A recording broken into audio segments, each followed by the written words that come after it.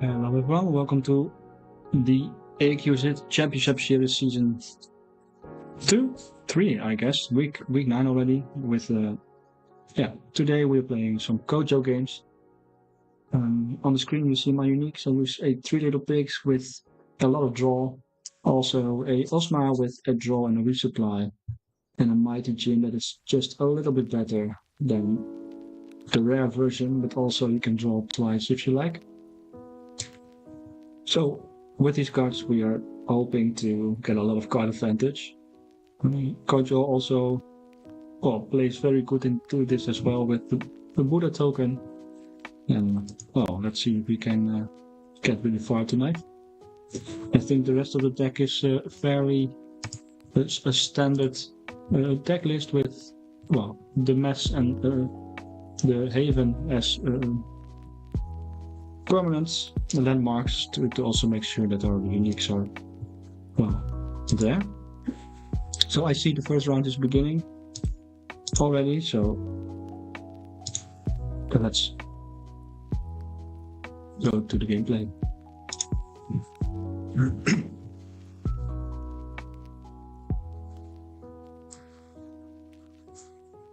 So next to the uniques and the landmarks, we got of course Duel of Grit and Intimidation as their spells, and we think we have a lot of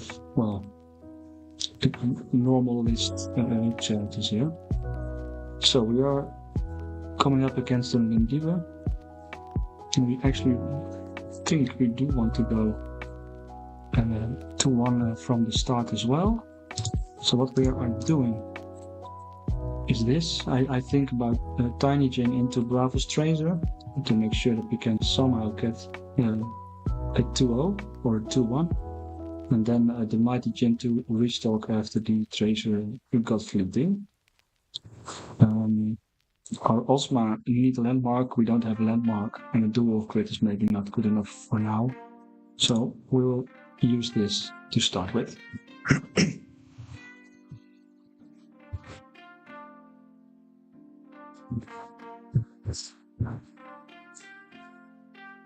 Just let's hope that this hero expedition will not be only water.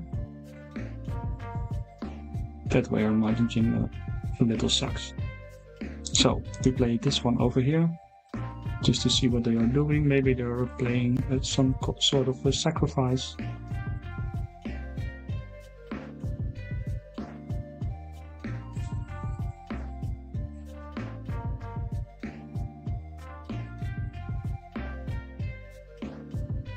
Let's see what they're doing.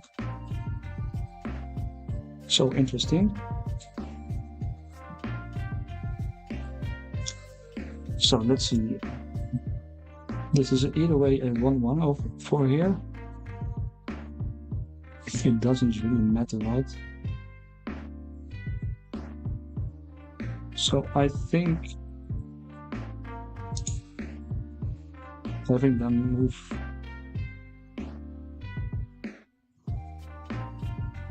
over here. So why I'm playing this into Companion Expedition, we will move here, and then our Buddha token comes over there. So Mighty Jin can be placed here, and we still don't have single water problems over there. And also we make sure that the Moth Lantern goes back to reserve.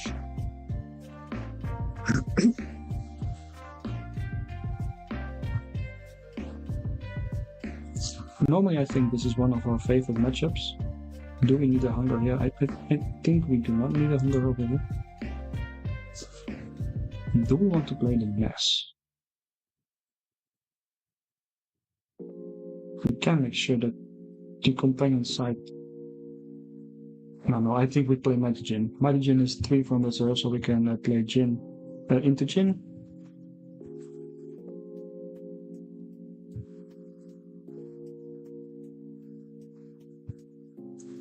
Also, having the water over here is okay, I think. We might go 2-0 with the Jin if we play the Jin, but that's okay. Or 2-1.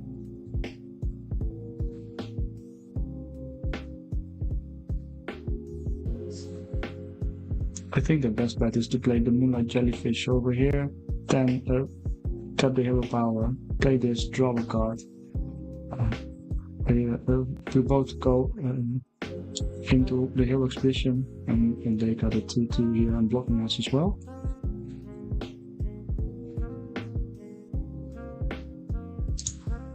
So we're passing.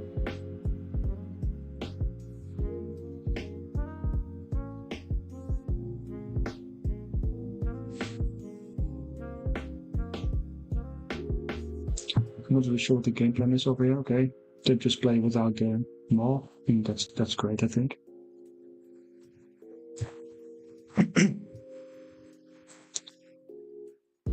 So now next turn, if they, well,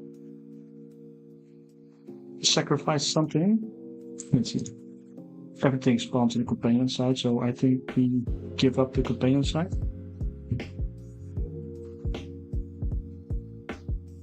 Let's see, do we want to play AQZ and Spy here? Do we want to keep those?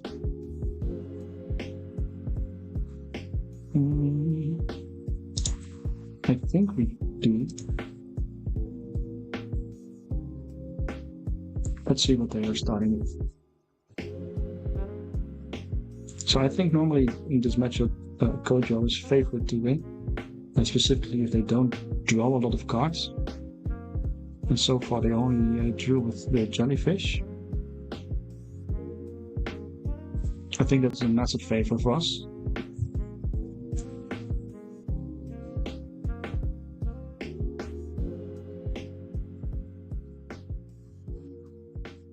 So there, I think we are going to play. Are we going to play the spy over here? I think we do, and we take their card advantage directly. We might have a Baba Isba to sacrifice something.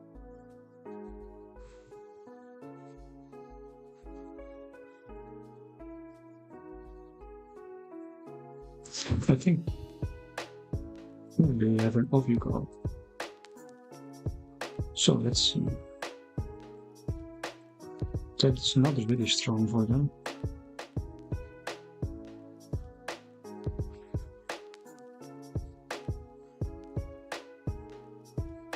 I think they're putting this to the reserve. And that is okay.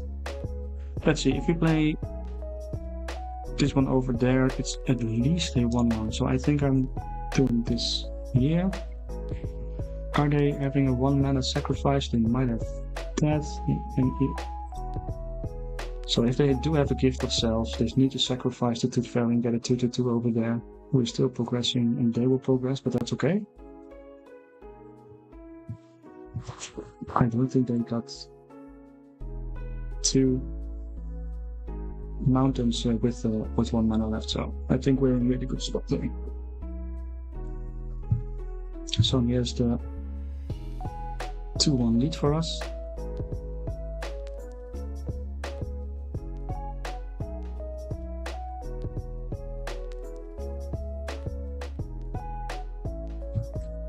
So for now, do we need to do a grid? We can play AQZ and the mess this turn. They only have 2 cards here. If we play AQZ on the right, we have 5 on water, and to stop us there, they need like 2 sacrifice effects.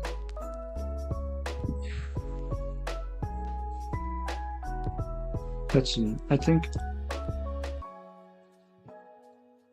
I will do this. Coffee goes 3 or less, okay.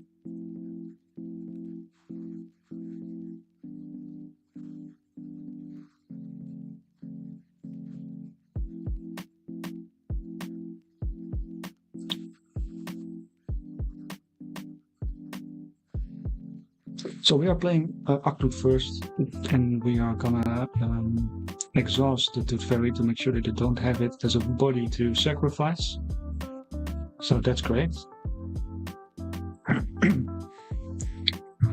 Let's see. Let's put it over here so we have at least a double sides over here, and we can play this one over there. We might play the mesh even going for a 1-1 here and making sure we get that counters in.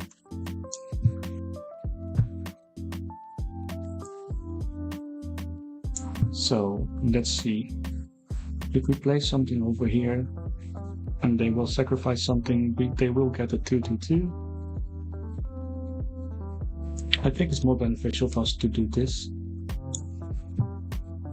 to get the card advantage going.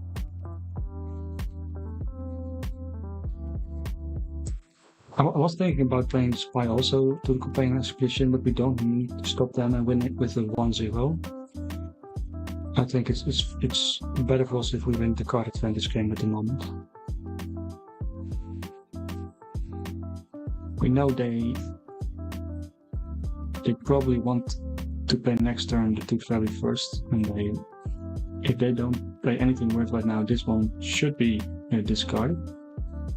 Yeah. So I also wanted to make sure that the companion expedition would go forward for them, just to get rid of this lantern.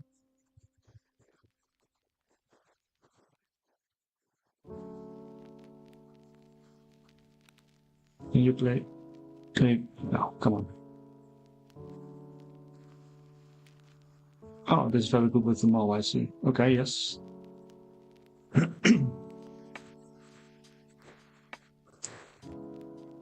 So now they get a sacrifice, so they probably play this, sacrifice it over there, and then we have some turns ourselves. So we want to play at least 3 characters over here.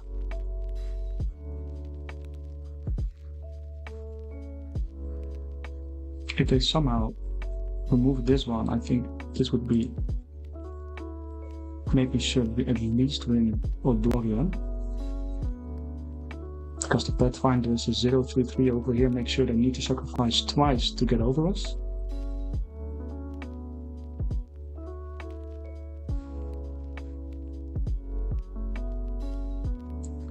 So they played that over there. Let's see.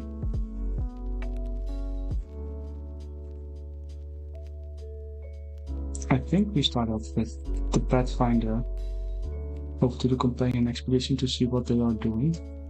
They probably play them all and then sacrifice it. We also still can do this one over here.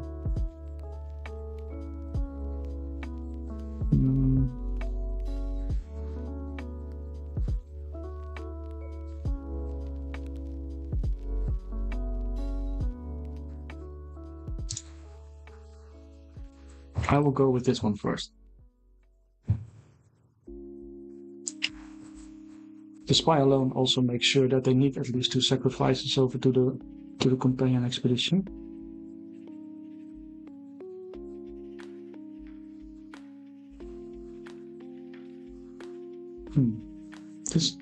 I'm not sure why they are doing this, but okay. I think it would be more advantage for them to make sure that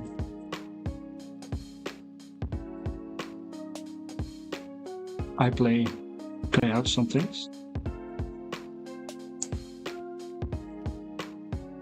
If he is smart, he is just getting rid of the Tooth Fairy. Otherwise you're losing a lot of card advantage. I still think we are in a great spot. Next turn we get our Buddha and we can maybe push for a 2-0 as well.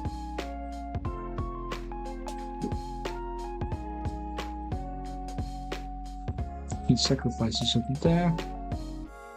He probably will sacrifice another one here, I think. And then we get 6 over there. And 4 over there. So I'm doing this to make sure that we are at least winning one side.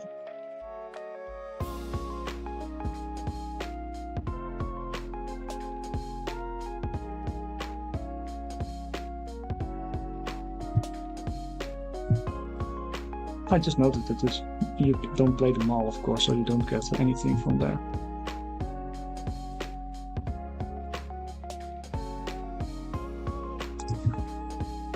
And somehow I think we shouldn't have played over here, but over there to make sure that this one would go to the reserve as well. I think it's a little mistake. It can cost us, but you're also already at 8 mana, so not sure what they are gonna do over here. So let's see, if we want to play this 3, 4, 5, 6, 7, 8, 9, I think that's a little much. I think we don't need the Tracer. If we got 9 mana, we can play the Mass.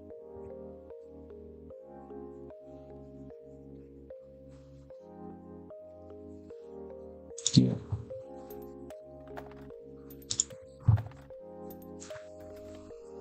We play Bouncer first to make sure that this one goes away and they only have 2 cards to play. I think that's the correct play anyway. Yeah. I think we should aim to finish it right now, but then this might be the better play. Yeah, but we're just doing this because that's +3 and Forest as well.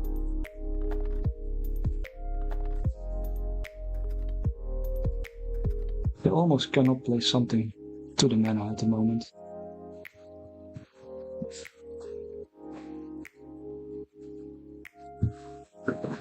Maybe you start off just with the Savingo to make sure that you don't get sabotaged.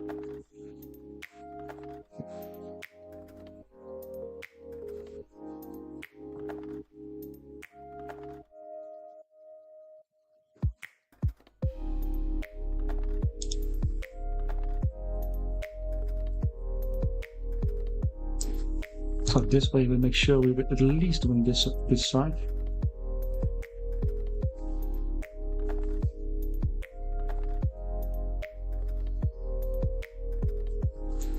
I think we could go 2-0 here and finish the game, but it really depends on what they're playing at the moment.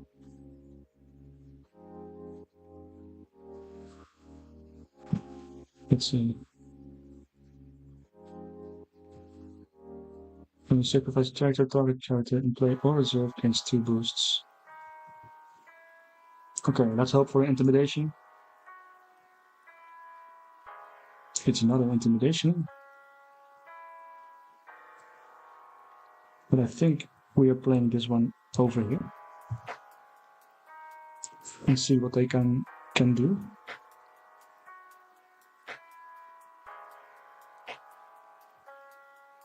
They need to play 1, I think, to make sure that the Maul gets over here. Target check 8 player reserve.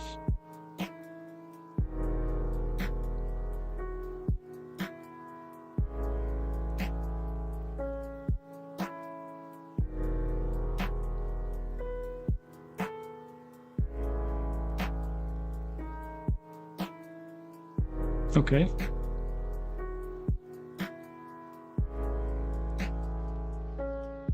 Let's see, we can block them over here, but it cost us some treasure. Is that worth it?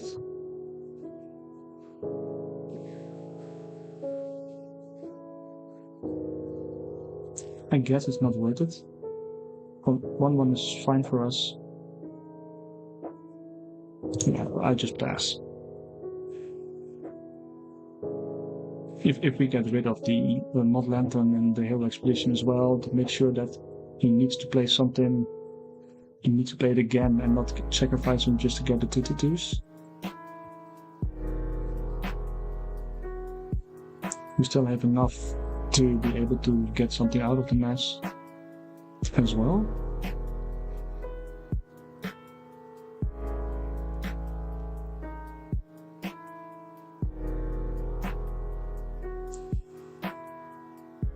I think that we put in the Bastion into mana.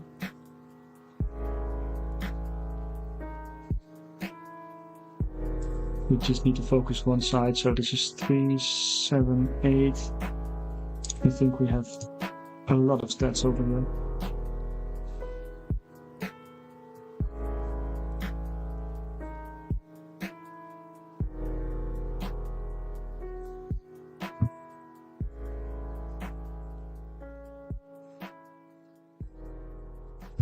Yeah, I think this is a GG for us.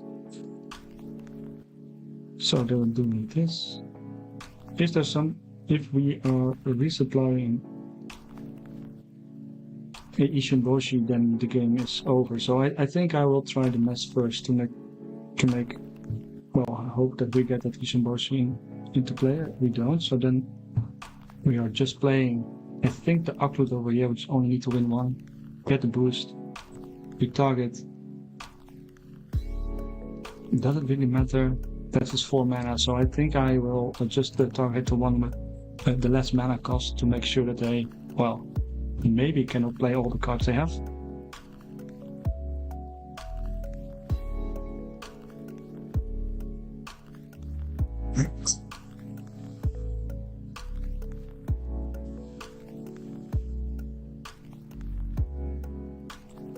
And as soon as they are after Ewing at the moment, I think the game is already over.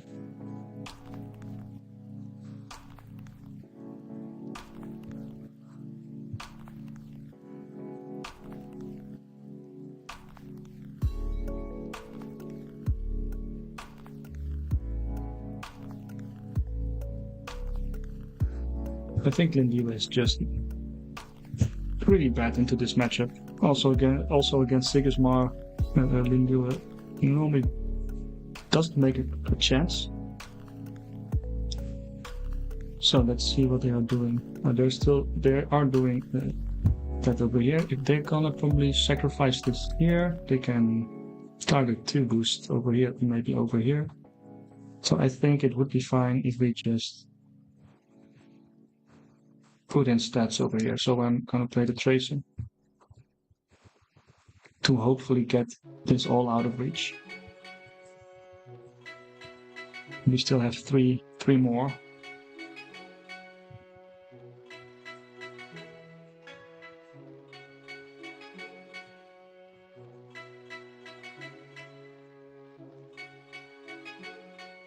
So who are you gonna get two boosts?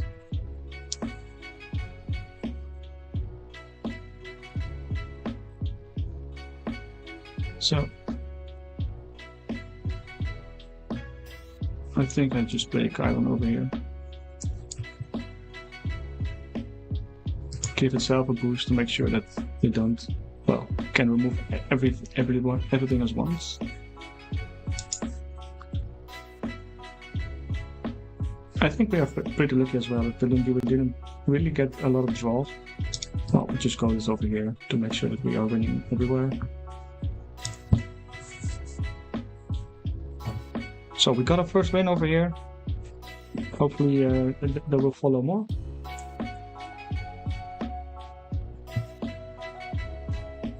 Let's see if we can see one of the other competitors already playing.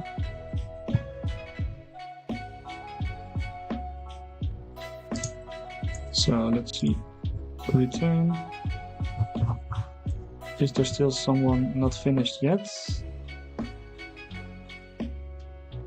Maybe someone we don't know, or we do know.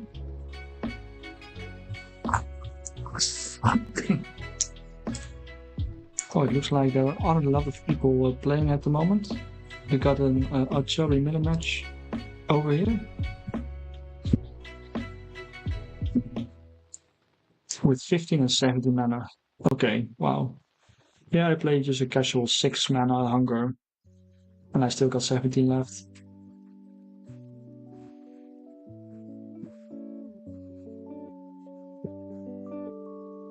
What would the outside player have?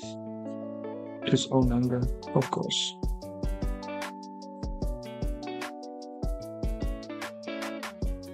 But somehow he still can lose, right? Because his 666 is not really impressive.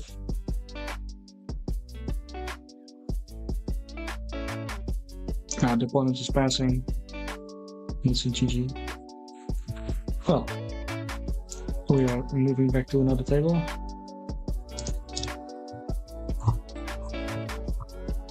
I think this round is really quick at the moment.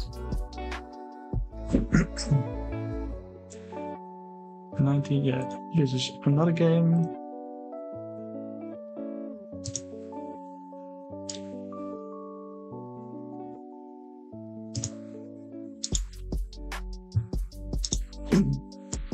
So it's an Afanas against a fan player. Both are next to each other.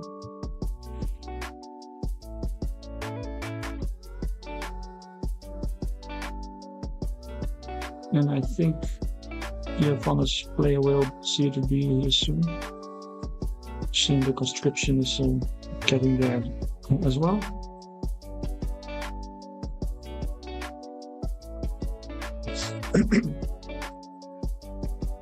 I think next week when Afanas gets nerfed, the meta will look a little different. Probably some Muna players think Muna is viable again.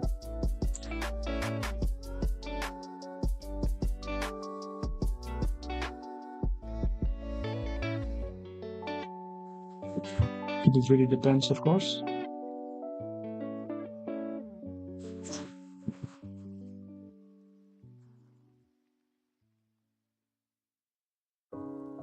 Why did he put each target's own reserve? And he would get 5 instead of 3 tokens.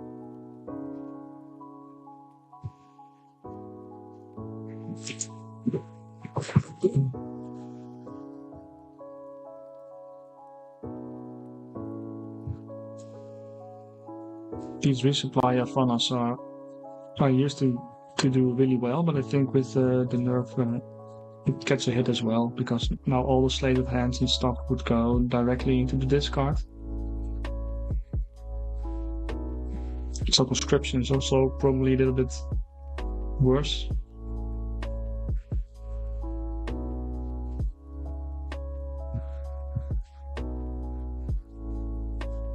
Let's see. Each card in each player's reserve. Oh, that's a really great one.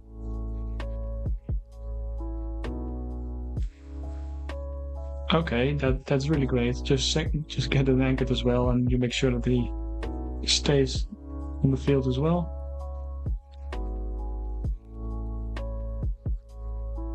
Probably also Hathor, get magical training back to hand, play training, and you got some cards left. I thought this game was over, but somehow the fan player still managed to get this tie over here.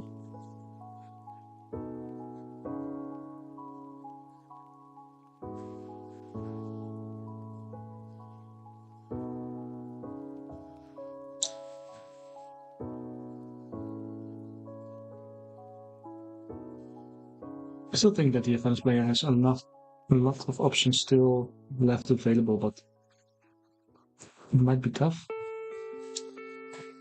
If the fan player has something with two mana, he should play it now. Or maybe not now, but that Doodle of Grid is really strong against that resupply unique of the advanced player.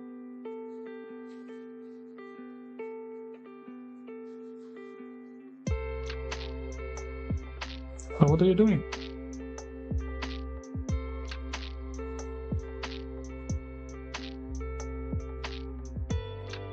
Oh my boy.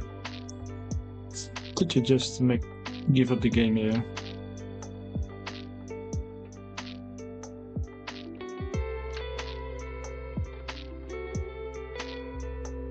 So for the ones who doesn't understand what happened, Doodle of Grid needs to discard each character with hand cost less than or equal to the hand cost that you have. Well, the thing he had on the field was only 1 cost, so you could only remove the 1 cost. It was really sad. Oh, we can directly go to the second round. It's no longer available at this table, okay.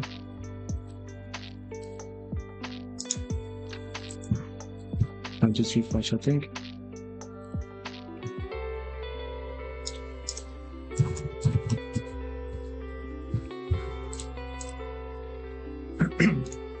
So, we're back here. We're playing against Sigismar. I think Kojo Sigismar is a real tight matchup for both of them. It really depends on what kind of card draw you get. So I probably won't get the intimidation, and I think about Kyron and Jin in turn 1, maybe as well in turn 2.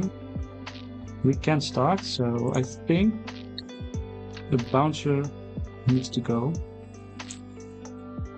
Let's see. If we get this one in reserve, we probably want the Pathfinder, or do we play with the Might Engine for sure? I think we are doing this. I think Might Engine is real good for the keep to make sure that we get our cards.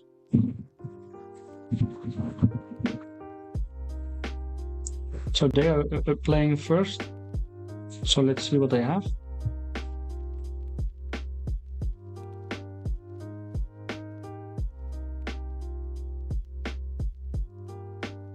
I wanted to say they're scouting that one over there, but they don't. Let's see, what can we do? We can do several things. We can just play the Kylan on the left, but I think the Tiny Jin is also really good to play here. We got 2 for 2.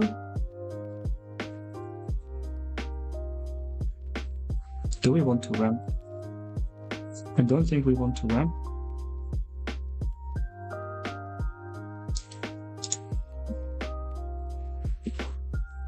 So we are tying over here, and hopefully we get something good.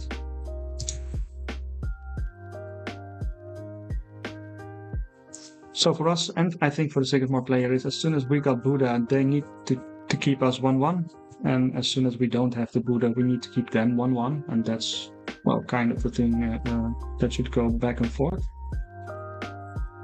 Okay, that's really sad. Let's see, I just keep another...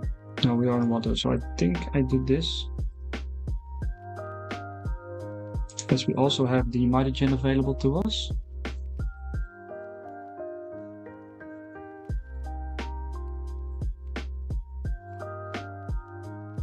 I think it's important for us to at least make sure that we are playing the Tiny Jin first. Let's see if they are playing the Spy. I think we don't have the means yet to go for a fully 2-1. I think we are just doing this over here to make sure that we are trying to keep them from the companion expedition. I think they need to play the Templar and the 1 cost, otherwise they are losing on card advantage.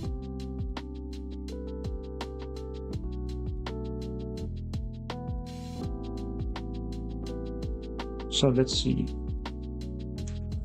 If they got a 1 cost, it can maximum be a 1-2-2, so they get a 4-5-6.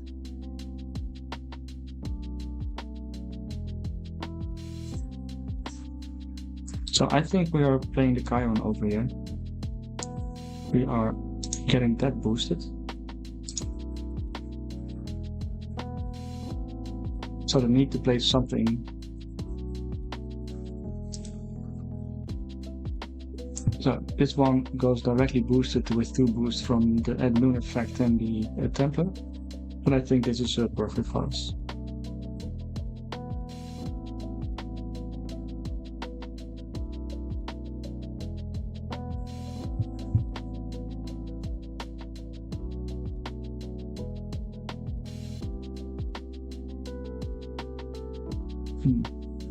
If I play this, then I can just play this one as well. It's sad we don't have a landmark.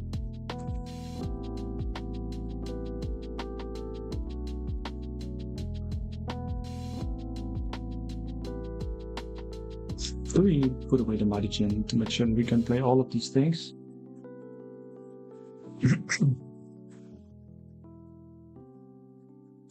depends on what they're playing.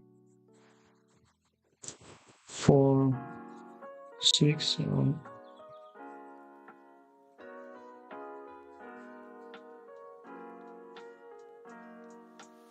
I think we want to play those two at least, so maybe bounce goes away, but if they play something first and they don't play that one, you can sabotage that over there.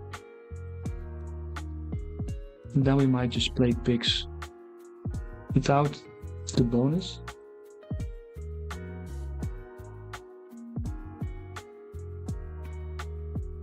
This is a little sad, and I think I never sabotage them, right?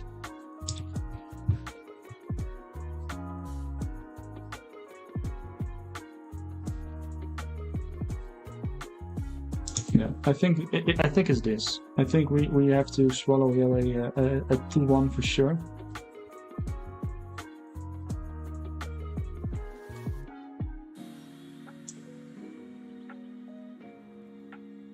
I will start out with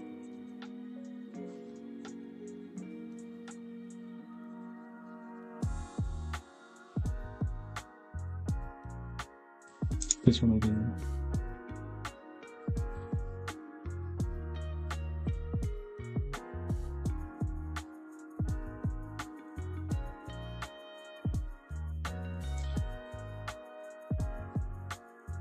Well, we let them draw a card if they need to, but you can either play a 1 cost over here and go 2. Well, they don't have one. Oh, luckily for us. I think 1-1 in this situation is the most advantages we could have got.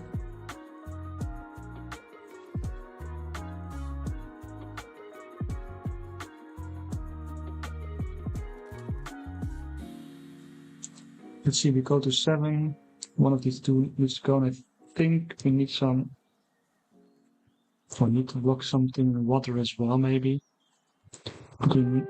Syringa cannot win over here and can win us over there.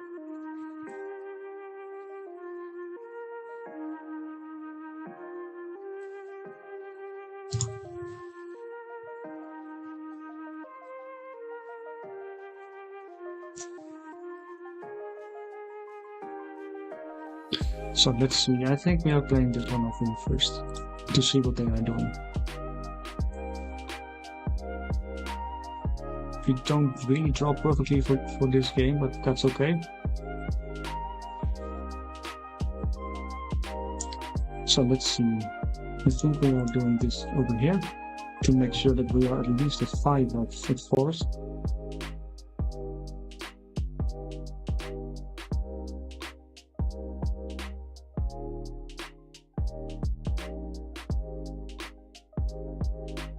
We are still 1 mana above them in front, so I think this is one of the better plays for us right now. We are drawing a card from that over there at least. They need to commit something to the companion side as well to make sure that we don't progress as well.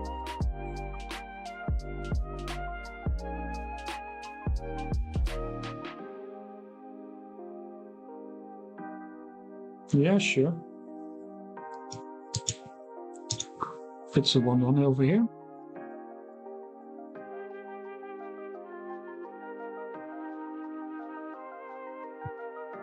And we are get rid of our pigs. We want to have a draw a card. Get pigs away. It's sad because we don't have any landmarks, so we can't use our pig at the moment. And of course, always if you do that, somehow a landmark turns up. So we play, I think, first the Bastion to see what we get off of things. If they probably get Jack Frost to get one of those cards away, but that's okay.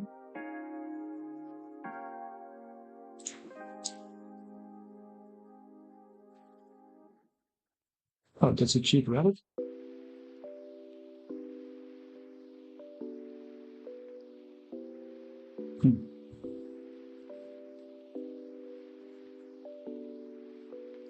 Okay, I think that's tough for them, but I think that they needed it. I think they played it correctly.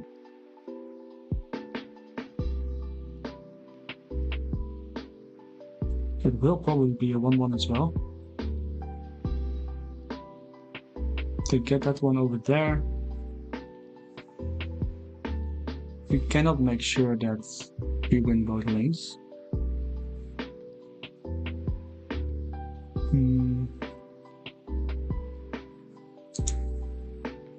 Let's see.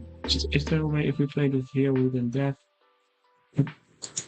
No. It's sad that about the Haven. If we could have kept the Haven as well, it would be golden.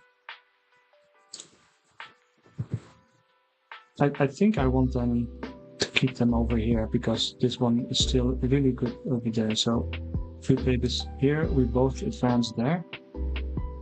I think that's the play. Maybe we get double green here. Yes. So suddenly our Jin is very good.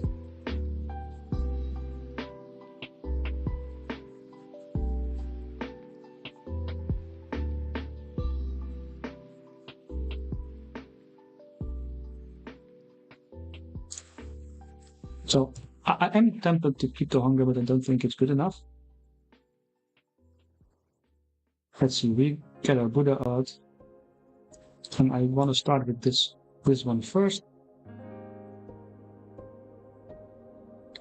Look, we can play everything from our hands. I think we're really strong with that much mana at the moment.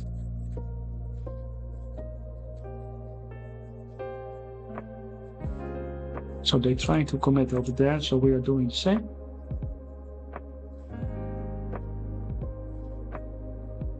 But we play from reserve first because we don't want to get screwed.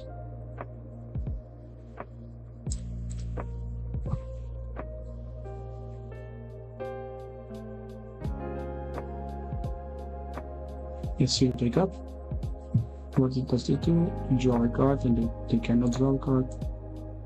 And you won't be able to draw anything more from it as well. We only have 1 mana, and I don't think they can do a 3 grass, 3 forest with one card, so it's a GG. I think that is a second win against the Sigismar.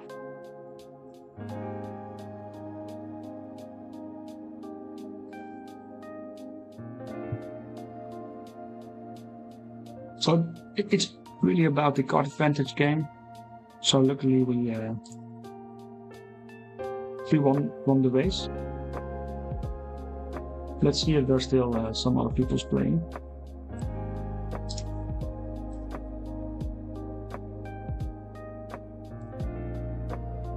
Let's see. Oh, there are some people still in the top playing as well. Let's see. We just go over here, and it's a Kojo versus Bazira matchup. Normally I think the Bazira player is specifically in a later part of the game in front, but based on how this match is looking, I don't think that Bazira is doing that well. He don't have any cards in the reserve to get something from the Haven. They want to boost, draw a card, and this card open. There's a really good Osma as well. It's easily boosted.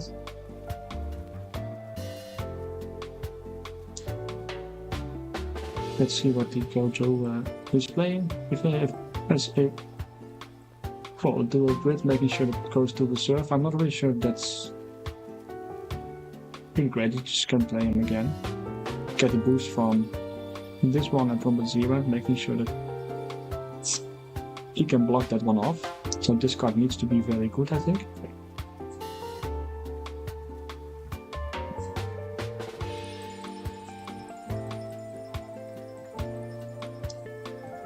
I think the Bazira player just needs to play the Osma over here. And he might get the boost from the Bazira as well.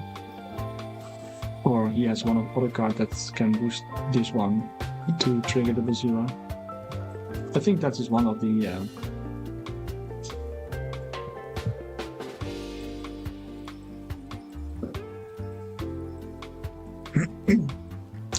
Oh, it's the rare tracer. So I expect something to trigger the Ultima. Somewhere it's really said he didn't trigger this one, because if he did, he hadn't need to play something. But then again, if you don't have anything reserved next turn, you can't trigger the Haven as well. So I see the chat a little bit late. Keep the hunger over the tiny for the next turn. That could have been a great solution indeed, but I really wanted to finish the game, that day. And like saying, are you going 6-0 today? I guess not. There will be somewhere I fuck up or we draw don't really well and we don't get it. But hey, someone can hope. Just to make sure, yeah, it's only 5 games, so going 6-0 never gonna work.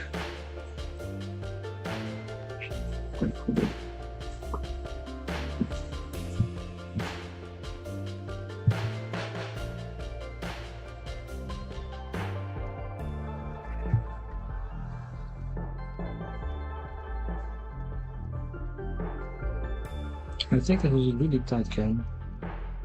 The Kojo player doesn't have any resources left.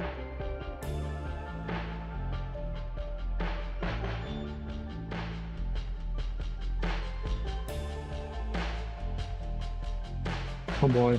The BGA player got a sabotage right now and sabotage the hunger. It's game over.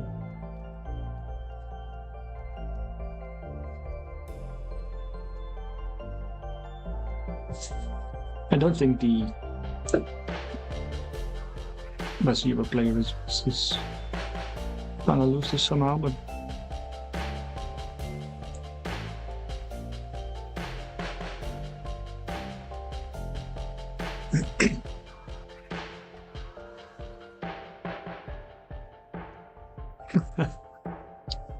no, it's sad. No 6-0 dream here.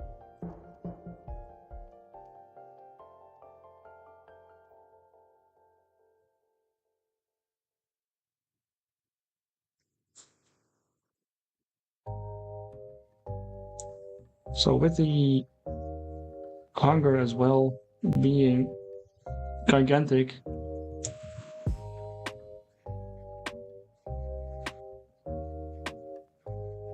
you can play just something. Just play something on the companion expedition, I think. As a zero player, you need to stop them both.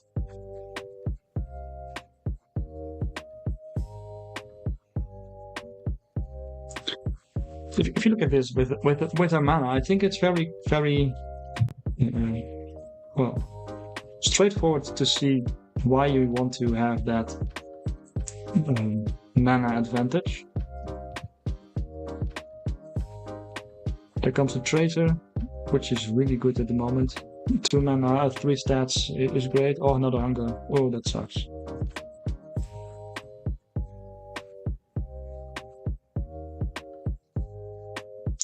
Just at the moment, as I thought the Kojo player was game over. He just hunger everything and he was hungry for the win.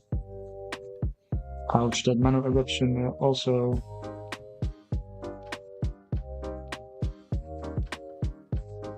triggers hard, I think.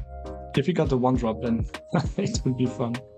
Then it would be a tiny gym and you can just win as well.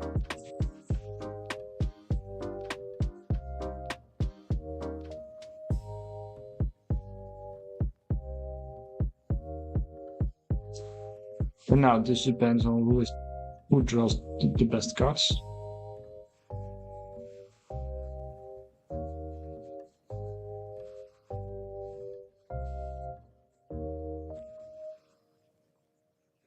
So chat, who's gonna win at the moment? Who do you think it's gonna take it over?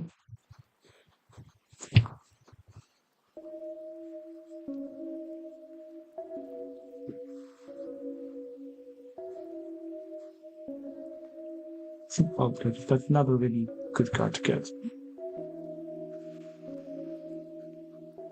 6 mana. Do you stop a 5 in forest? I don't think you can. With 2 cards.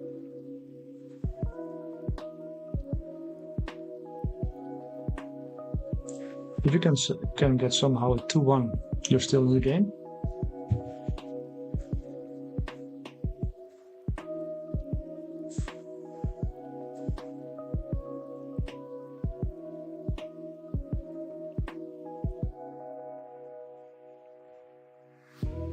If you got a tracer over to the left to the hero expedition as a BGA, then you're gone. Oh, there are the GG, so he probably doesn't have it. Oh, okay, 2 of red. So it's still a 1/1. So the Kojo player continues to the next round, at least with the win. We're both continuing, of course.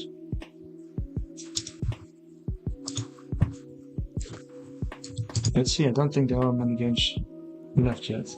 Oh, there's still a lot of games still going.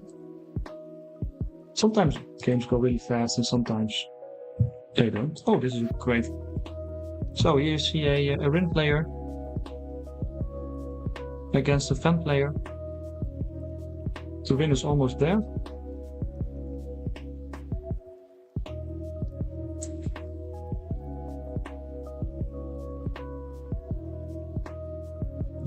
These are a lot of stats that the Rin player already has, so I'm not really sure if and how the Fen player is going to react to this. If both cards are double and Nancy, then it's still not enough.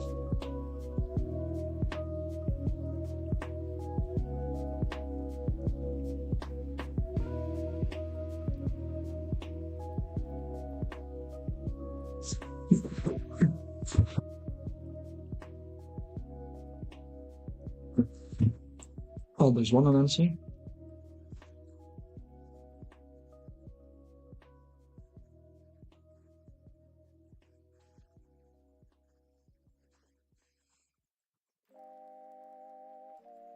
Oh, he can stop it with just a martingale. Oh wow, this is why I like all that so much.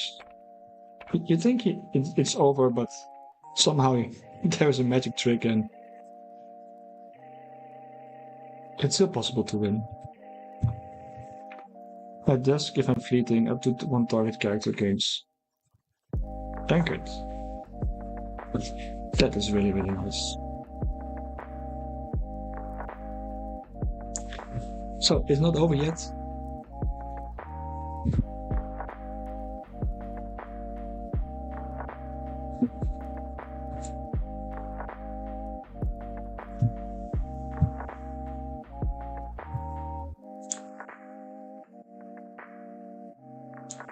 So, Rin is a little bit a weird place still at the moment. You start off with double grass, and then things are, if you're winning, things are really looking good for you.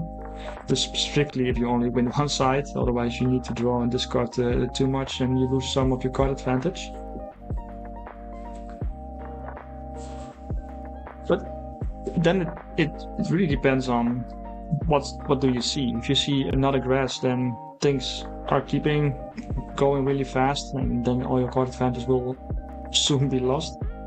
But if you don't see any forest, then you want to get things like this Persephone to make sure that things are getting your way still and you are drawing stuff. So somehow I'm always a little bit watching between getting the right card advantage or disadvantage with Rin, and also the pace of the hero. I think she is really good in aggressive strategies, but somehow it doesn't always goes right. How are you finding your list? It seems pretty heavy. It seems pretty heavy, but I don't feel it's that that of a problem actually, because we run of course the tiny gins and the mighty gins for some of the ramp strategies. I tagged in AQZ to make sure that maybe against some Trace, against some Sigismar, to lock them out, getting a little bit of the card advantage so that we can actually close out the game. And it's okay just to play one card at turn 2 or turn 3. Well, also preserving your own cards in hand. So for me, it's not really a problem at the moment. The Order Spy, I had first the Tooth Fairy with the 2-mana sabotage, but the Tooth Fairy is really bad when you are resupplying it with the Mass or with my Ozma, or so. That's why I think I play rather the Order Spy, because that one it's a 2-mana 3/3 from reserve still if you don't get the sabotage. So it's a little, I think it's a little on the heavy side, but if I look at the stats over here, I got 21 2 costs and 7, 8, 9 stuff above 2, and of course some one as well. Also, with Buddha out, you can just play the AQZ or the Mighty Jin, and well, you still have a presence on both sides, so your opponent needs to choose. So that's why I think it's not that big of a problem. And I'm really sure that next game we will draw our top-heavy cards, of course. And then I was like, yeah, it's all a nice story, but...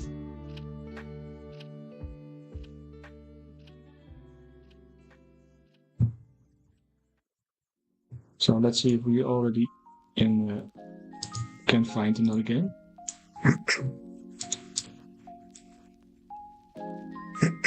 Are there still matches being played?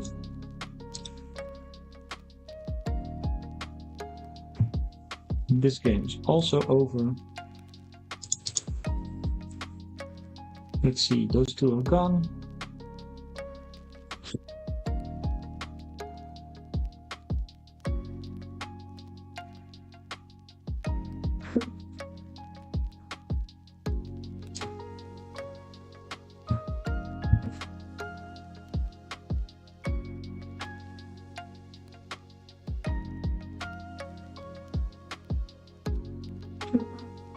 So tokens with the Atlas will get gigantic. I think this card is really great with to make sure that everything is gigantic. The big problem with those things is that if you play, I think it's Avalanche or Blizzard or something, also the tokens on the other side are being removed. So that's something to keep track of.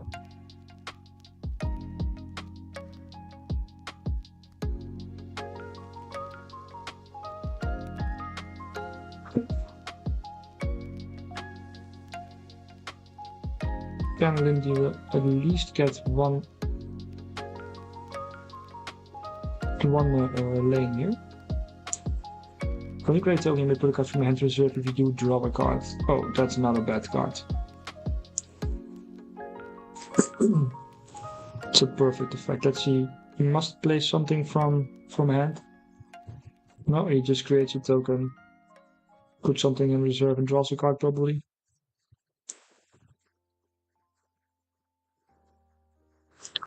Oh wow, the stock also has draw a card as a support ability. That was a cool interaction.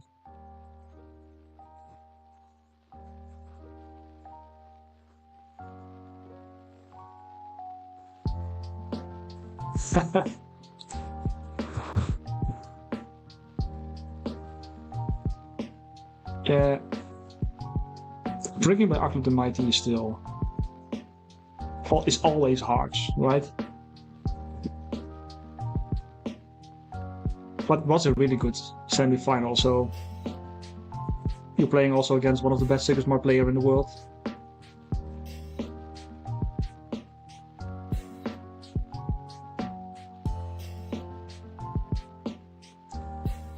Thinking about Gladius, I still get flashbacks against his Kokoba. I thought I would beat him with my Waru deck, and then it was like, no, I Kokoba, and then everything went sideways for me.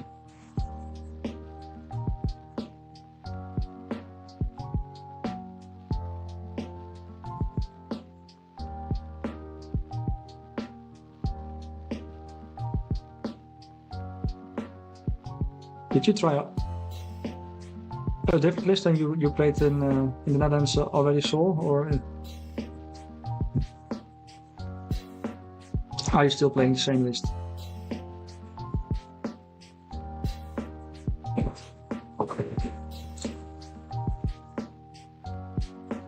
Oh, well, the end of the tournament reached.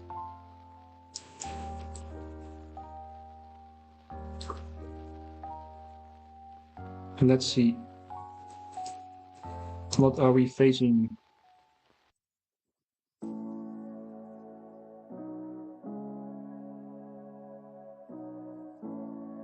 We face the Rin deck. Cool. Somehow, if I see the Rin deck, I'm thinking like, well, yeah, I can do that. I think AQZ is now really good. They probably win on one or two lanes over here. Let's see.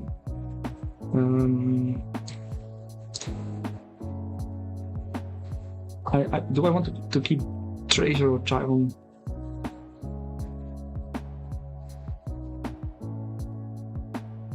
I really can't keep brothers.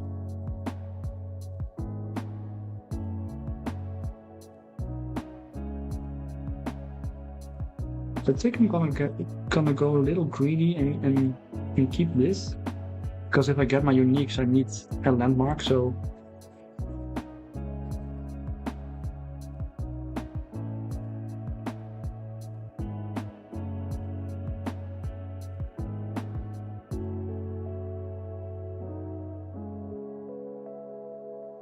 this is what I was hoping for, that he just played something over here and that I could take advantage with just a carbon.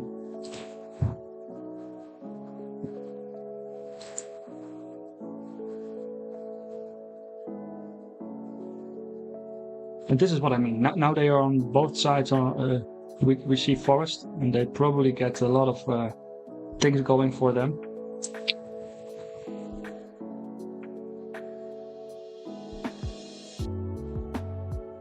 So we want to play AQZ and maybe AQZ in Tiny Jin afterwards. I think we put away our Mighty Jin.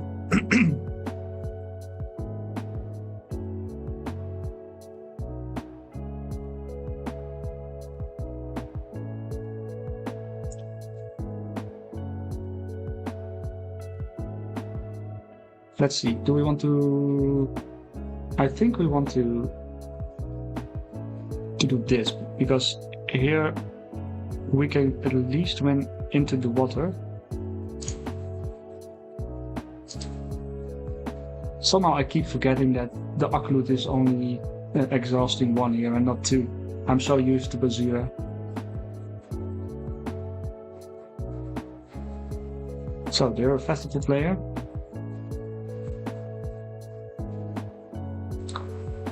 And I already put one of my intimidations in the mana, so I think we're gonna have a hard time here beating this.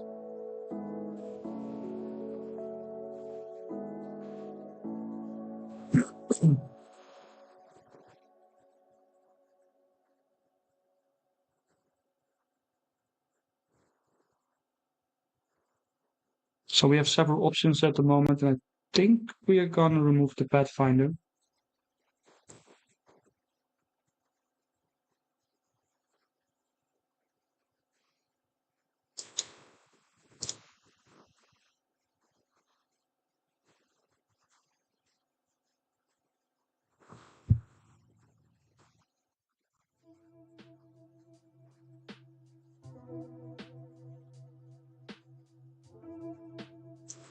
Let's see.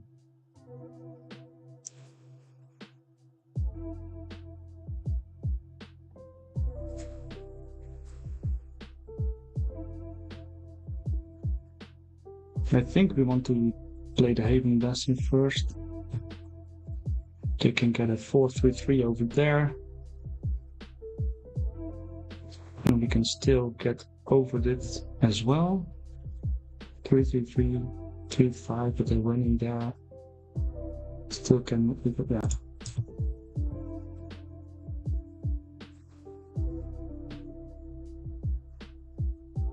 That was really a card I wanted to see, but okay.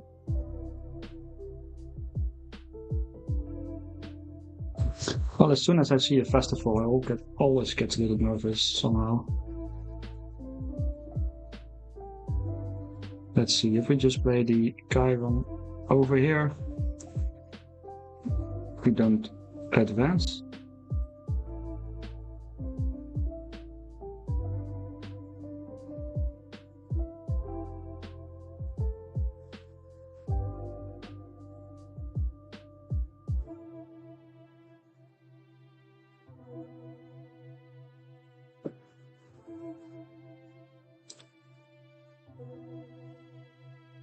I think we're doing this.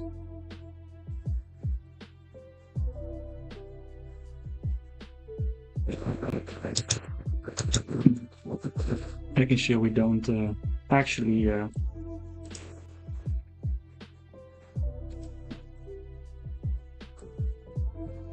get a card advantage for ourselves. So we're still in the lead, we get a Buddha, they get to drop 2 cards in the reserve.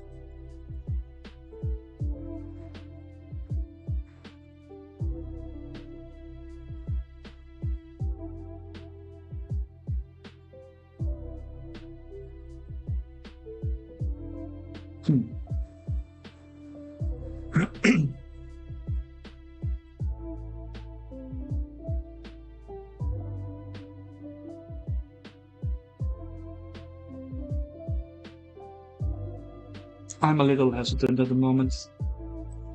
I could keep Duel of Grid.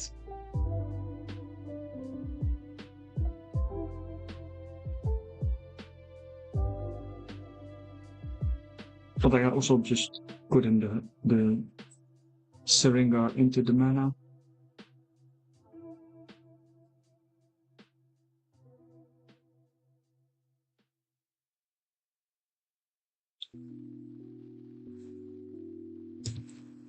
So I think I wanted to keep the Hunger for the festival, just to make sure that if they don't trigger this turn, we can at least get rid of it.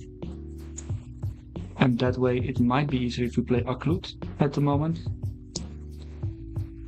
So I think we can also just play Aklut and Syringa.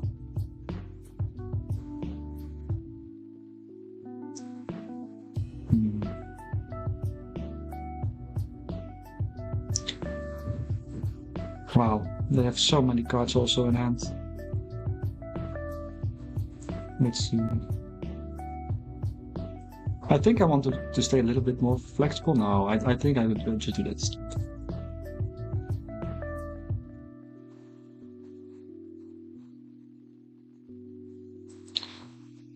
So we also got Buddha, so I think this comes out first to make sure that they need to play from hand at first. And let's see what they have.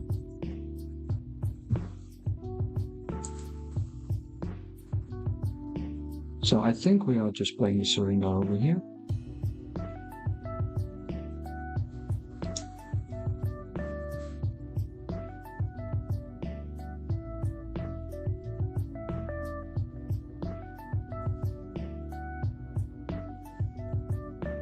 They probably try to get something going over there as well.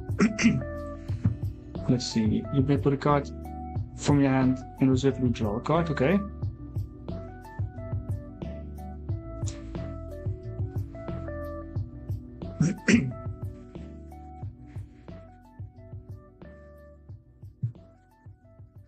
Oh wow, I didn't saw it coming.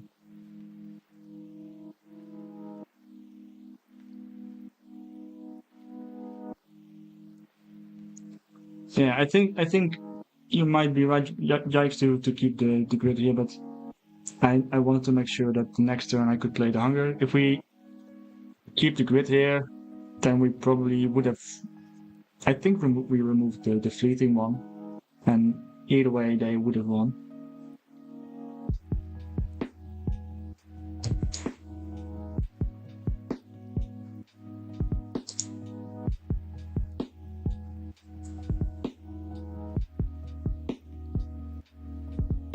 Let's see. Do we?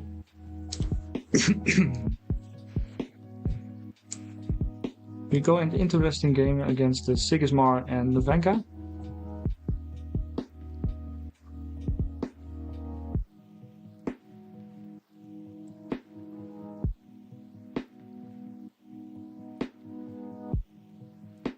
One of the big things against Festival is if you don't have something in your hand to remove it, then it can be gone every day.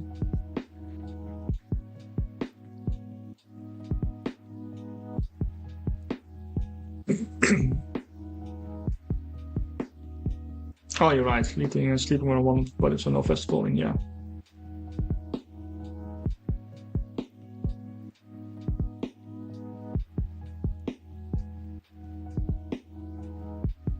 Yeah, I think you're right. You guys are right, and then I misplayed here. I should have removed the Syringa and keep the grid just to make sure that the things were possible. But even if I think even if I kept them, I probably never would have thought I got it there.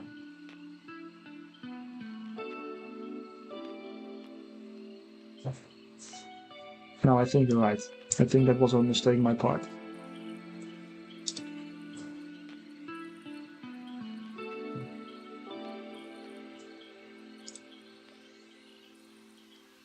Well, luckily this happens in the AQZ and not in the preparations for the finals, right?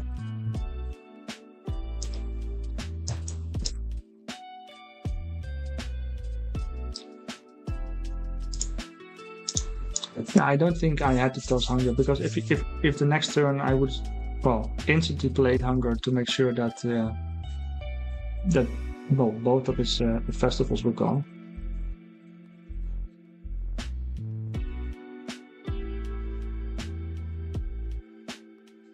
I think Captain Hunger was not the mistake. I think that not playing the grid was.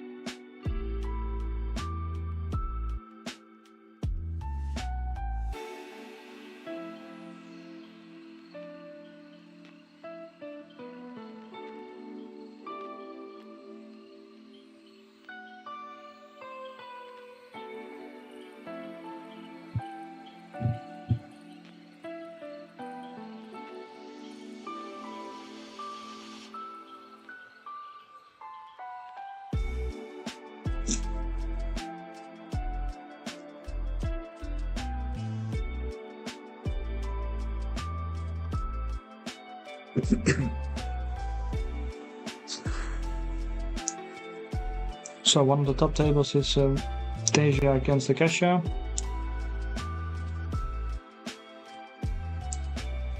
The Teja player got 2 bastions up, so it's really rough, I think, for the Akesha player to remove something, but the card advantage is surely not there, so...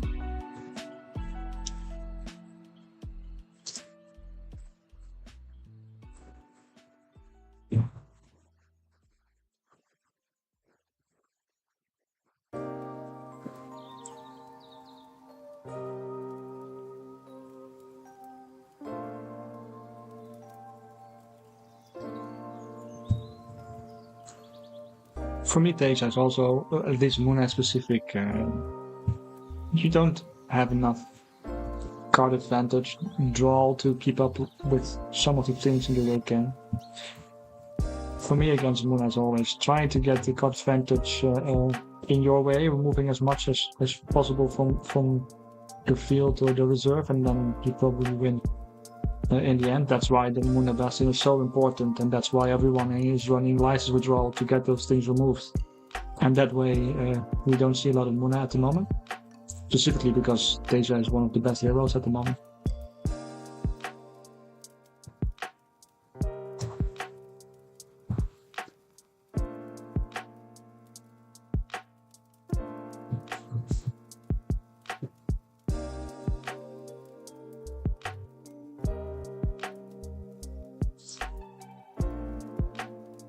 So I think the Deja play don't put anything in the mana from this point onwards, as you don't have enough mana to probably play everything.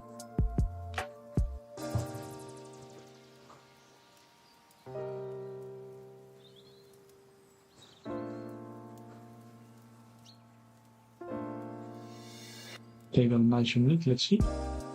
Anchored, when you gain 1 or more boost, if you have 2 more boosts up to 1 target character with tank still that's all unique gains anchored.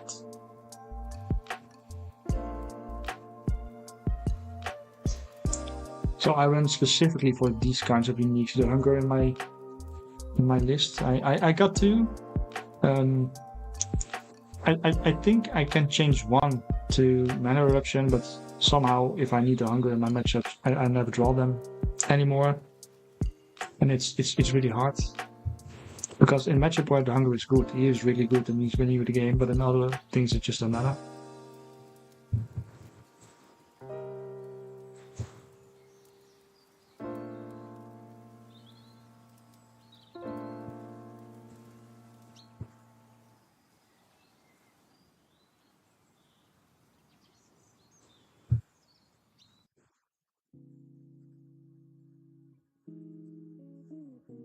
So Kesha might see some play now. Alphanos getting nerfed. I think Alphanos also kept back the other Ismay heroes.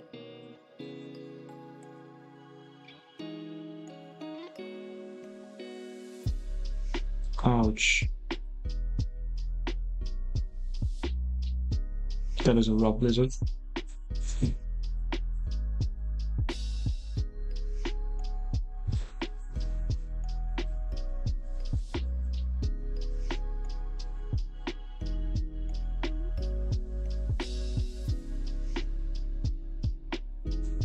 But I don't think the basic player did something wrong there. He couldn't play away from it, I think. That's one of the biggest problems I have with the Muna Caregiver. It's really good from the reserve to target something and get it anchored, but at 1 mana 0/1/0 is never good enough. You're never getting that, well, in the solo mountain or something.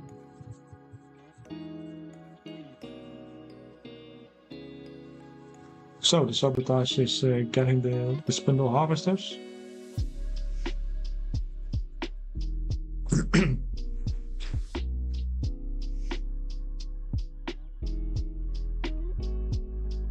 That's really strong on the sabotages.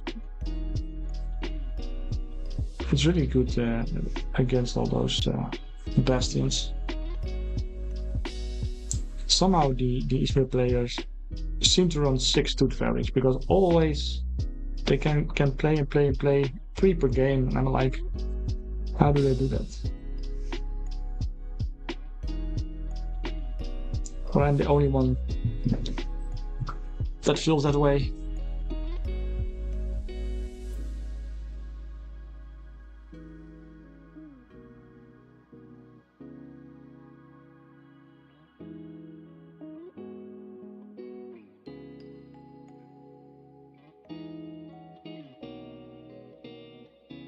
Sure, the hunger is now also a thing in Izmir, of course.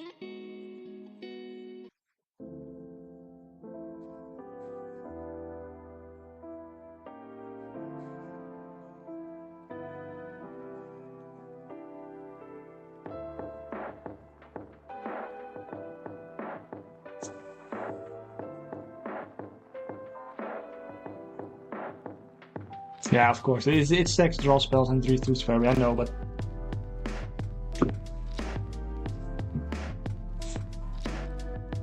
I sometimes run like 8 sabotage in my Kojo deck and don't draw them. That's not true, but you know what I mean.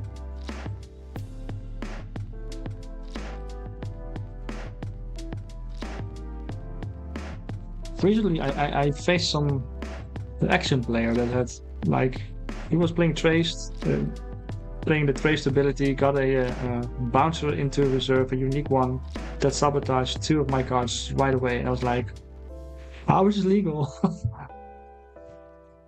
You don't see something like that coming from the hand directly to the reserve, sabotage twice.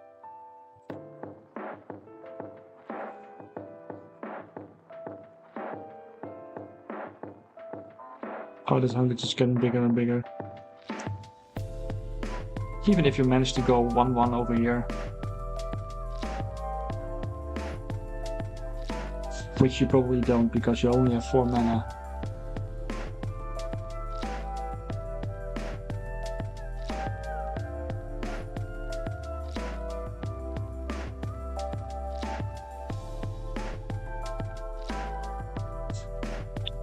Does the Taser player can play something? No.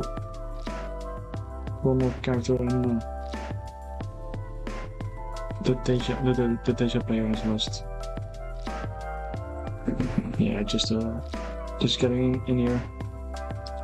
The hunger wrecked this game. But even without the hunger, I think it would be a GG.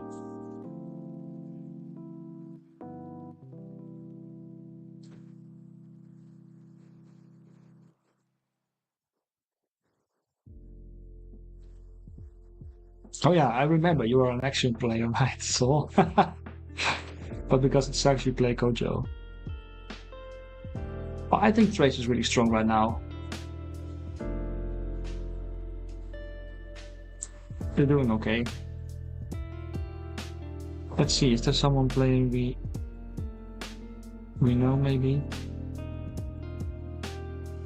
No, like, how many matches are there? Like 25 still. Just go to this one. Oh no, this one is already done.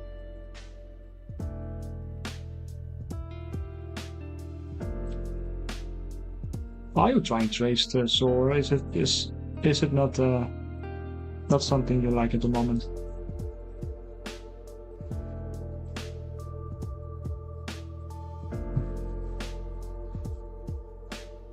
Because I think Trace is really good at the moment. I think the grams are really great, specifically if you run 2 common, 1 rare. You can also target bastions, you can target almost everything except hives.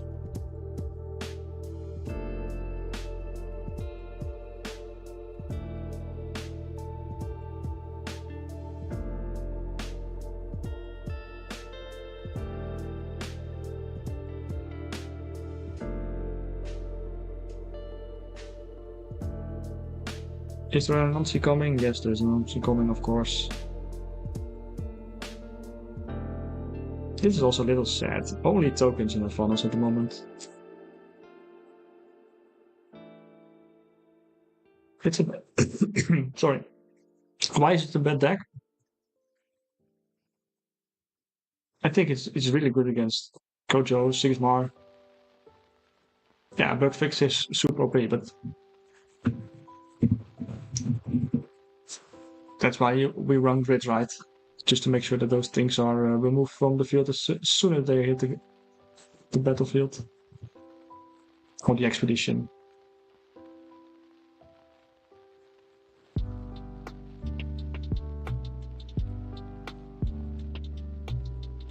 Yeah, I don't really agree that the main deck itself is pretty overwhelming. I think it can really boost out some stats with the Haven and the Keen Cylinders and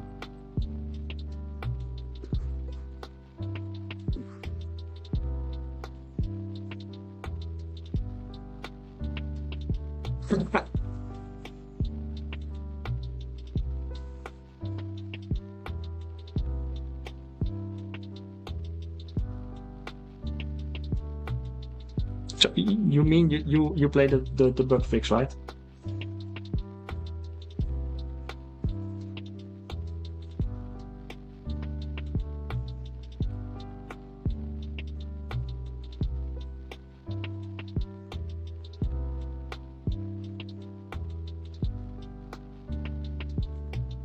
Do you think bugfix should be nerfed?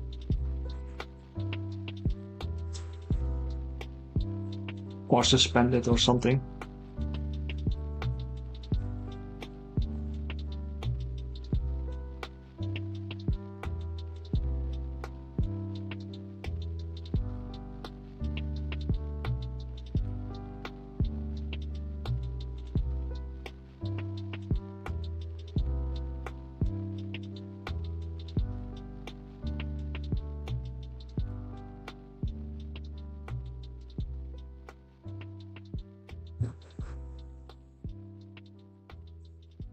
I think you are a better Kojo player than I am, so probably that's why I don't have a lot of luck against Trace.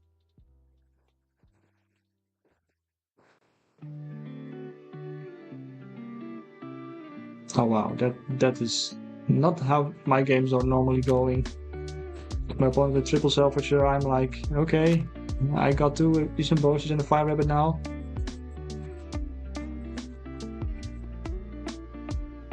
Yeah, I think the same. I think Bugfest is a little inconsistent. But it feels really weird if something happens against you.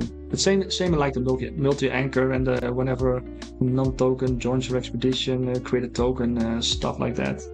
Everything that goes infinite feels bad.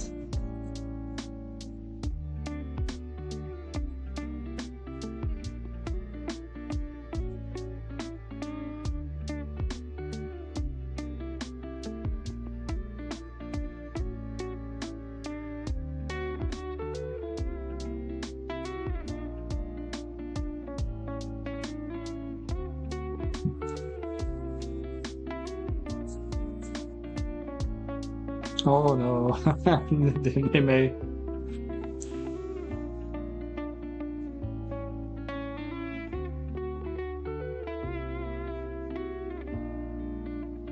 Yeah, I think as well. I think the high level players want so much removal and well keep them for the right turns as well. Did you go to Essa or to somewhere else, Lee, maybe?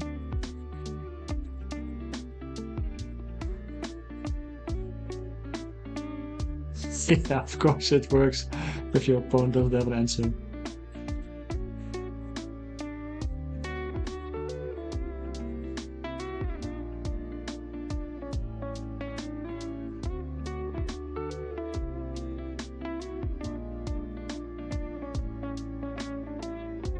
Oh, that's sad.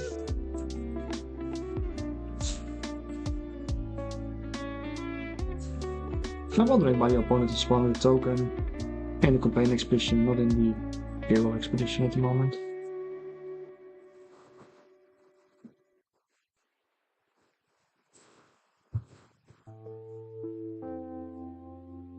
Oh, nice. When is the Great Britain one going?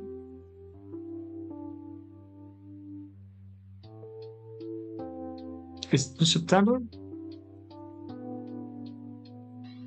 Yeah. How many players are in Great Britain? It's in London, right? If I'm correctly.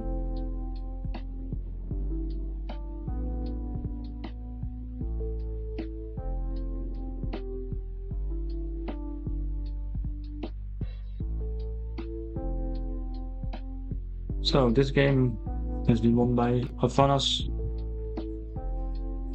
but Fan was really close.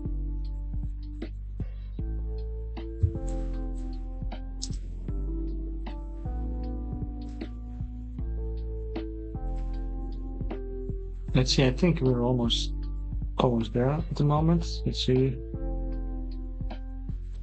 We have some games still left.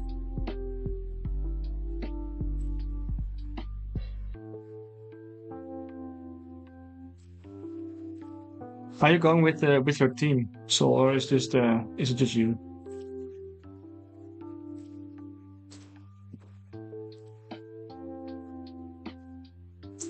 Oh, every time I try to open a new, this was already there. Oh man, I think Every game except this one is finished. Created 30.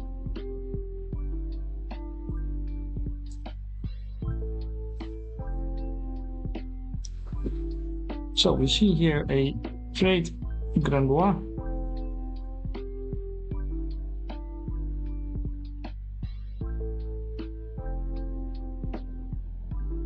Here, look at this. A 1-mana 2/3/3. OP Trace here.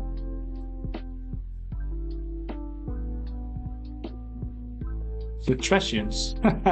Oh wow, nice. Because Axiom is trash and you all like Axiom.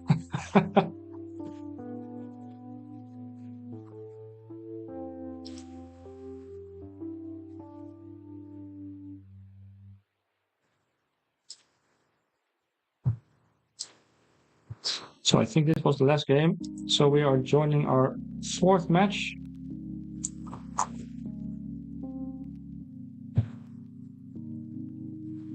We're still waiting for our opponent to join as well.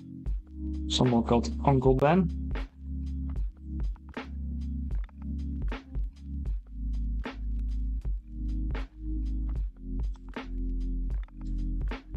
The local game store is called The Arena.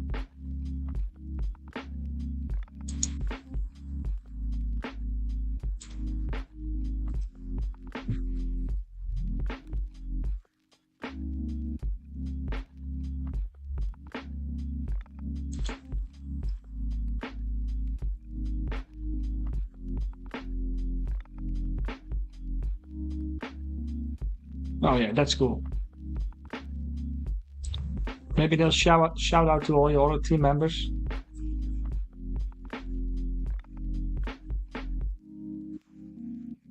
So the new round has started, but I need to wait for my opponent to join the game. Hopefully they didn't drop out. You see?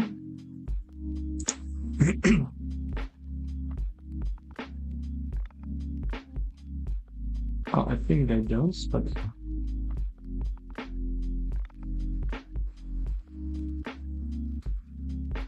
so there he is.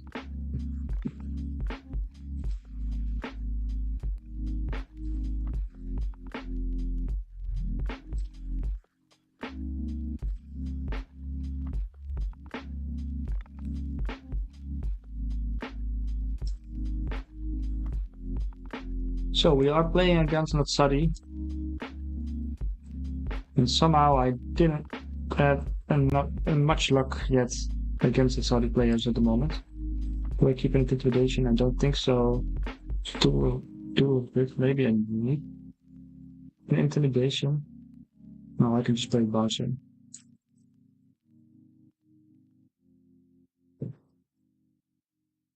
Let's see. I think Dual Grid is always a really good card to keep.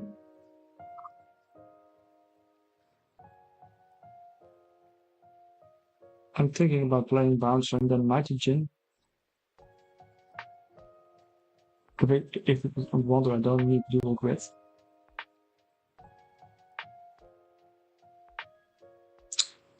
It's harsh. I think I want to do this.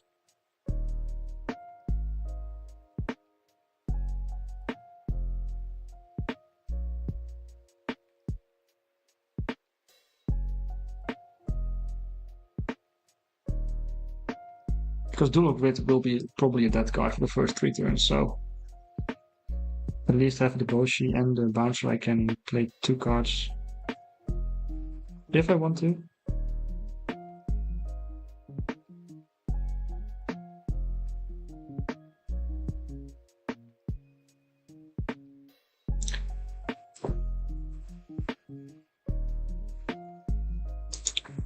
So I think it might be beneficial to just play the Boshi here.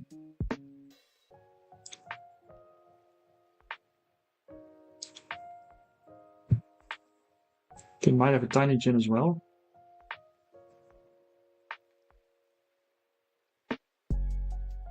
Yeah. So next turn we are on the play, we are sabotaging away the Tiny Jin.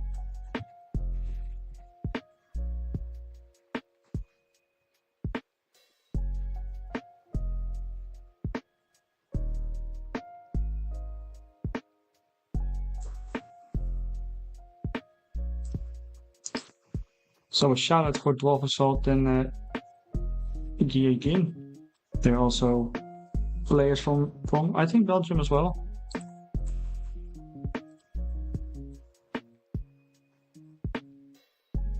I think this is one of the best outcomes. Do they have something? Yeah, they do. Do we have something?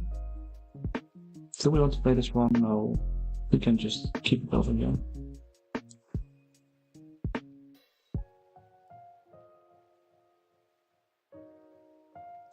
Well, we're moving anyway in water at the moment, so with the tiny mighty Jin over here, we probably can get a double advance if they play it, of course. But why shouldn't you?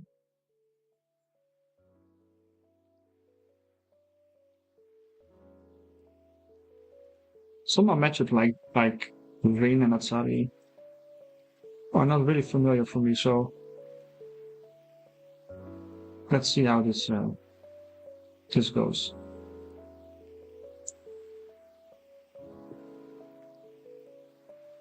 I might be able just to stop them with these and the Mighty Chain.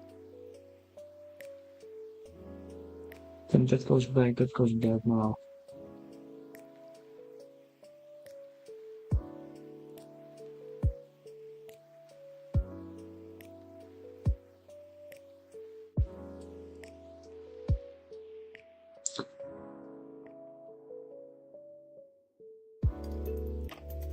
We can play Bastion and Bouncer over here to make sure that they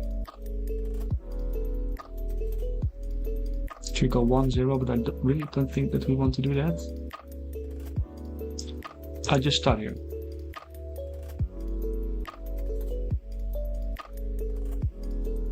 Ooh. Another one of those. Let's see.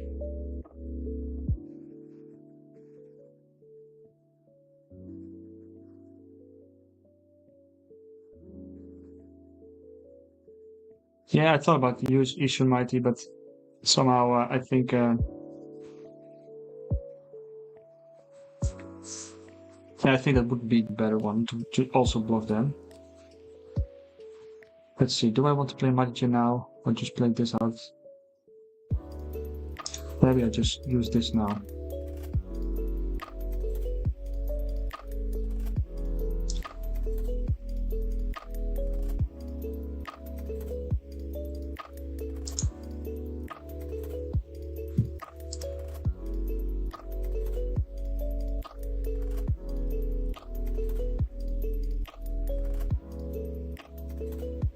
So just to make sure that they can probably put this in the mana, go to 6, play something else a 7, and they have 2 things as well over there. Ooh, the hunger. I think I keep the hunger at the moment. I need to play. I really want to play the Mighty Jin. But I'm stuck with the bouncer.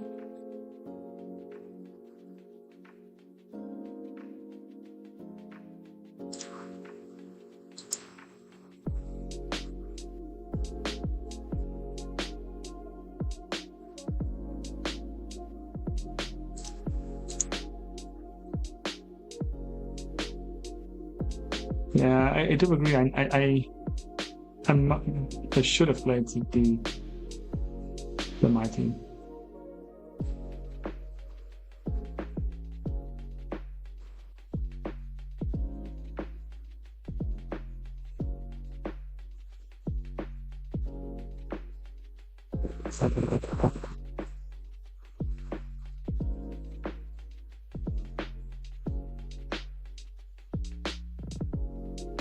Do I play the Tracer here?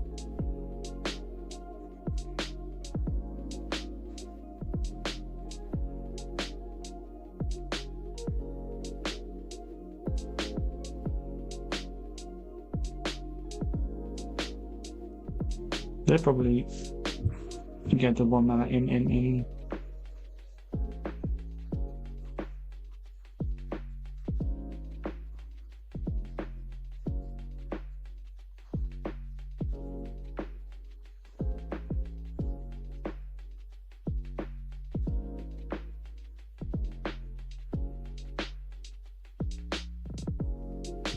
So I'm thinking about playing the Tracer, yes or no.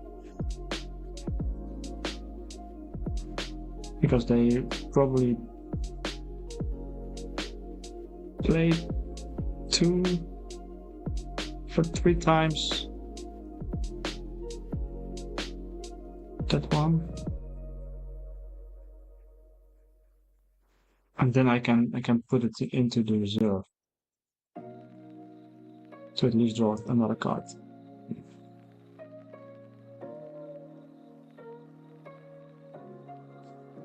This might be a mistake, but we are also here to learn something about this matchup.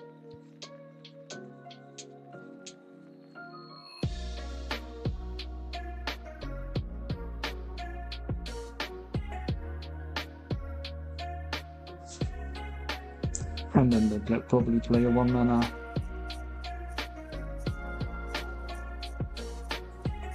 T-shirt as well.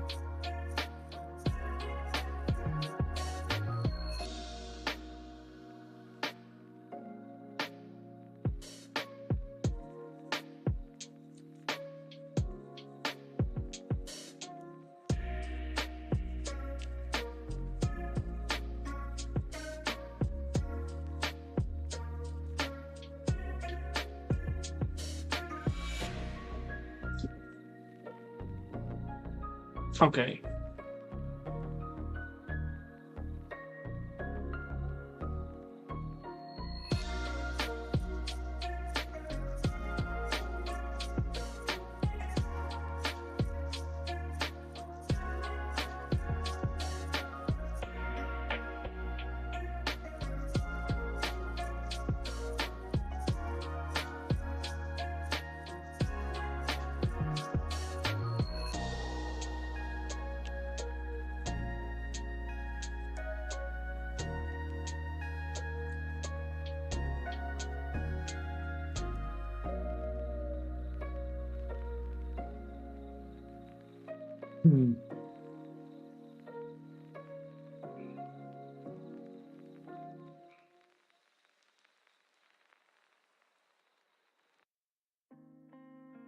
Do we need to best him over here?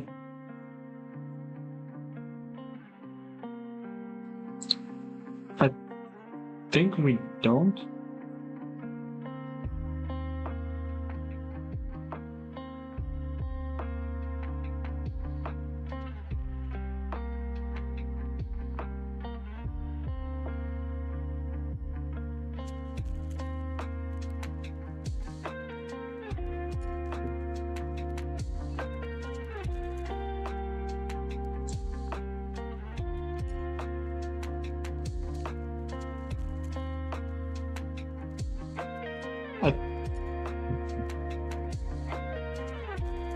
So I have several plays here. I think playing another Bastion is great for the stats, getting some card advantage because he's not doing much at the moment. I think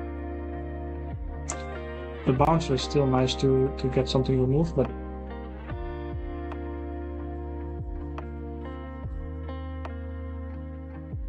I really want to play the Osma, so that's 3. Then I can play the Jim, and it means I have a little less stats.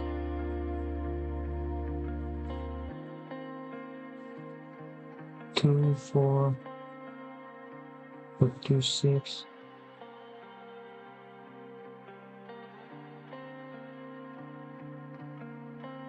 I don't think card advantage is gonna do it for me.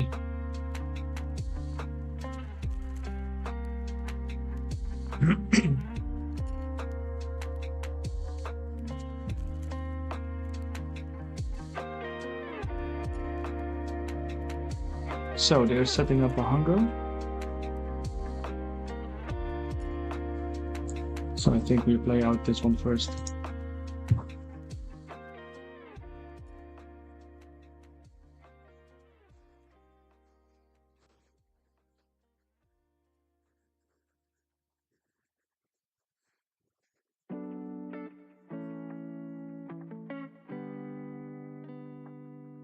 So I know they are playing the hunger, but I'm not really sure. I think we are playing the Osma and getting ourselves a draw.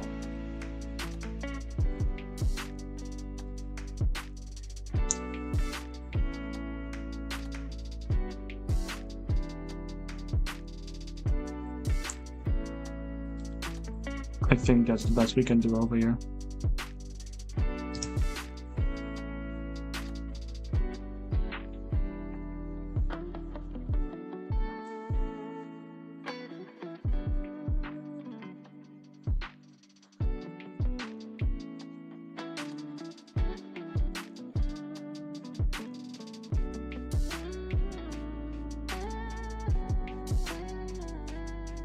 And they might not need the hunger at the moment. They just can win one side and call it a day, maybe.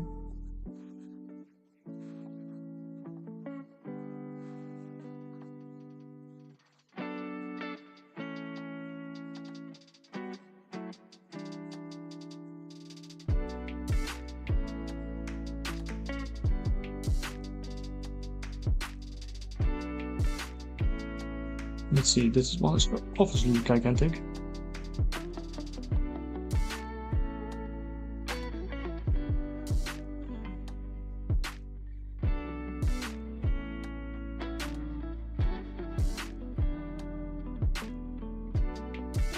It's just as bad for us.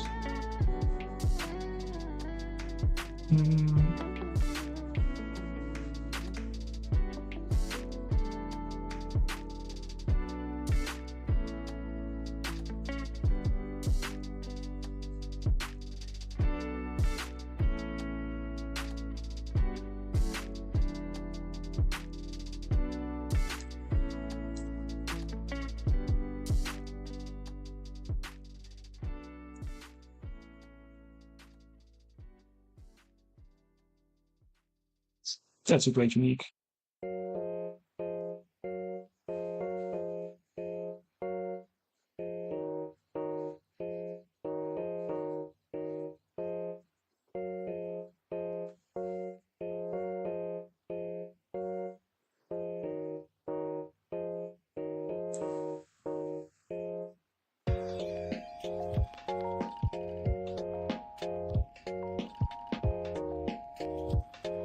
Let's see, the hunger is 8, but with 1 is 6, I'm not really sure what we are going to do here.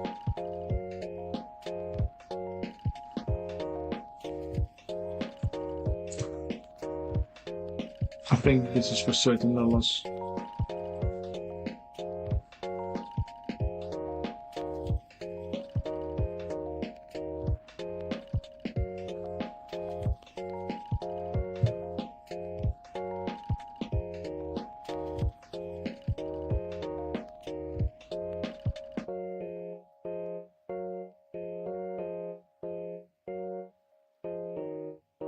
We can't even play our hunger, because if we play our hunger, they're hungry.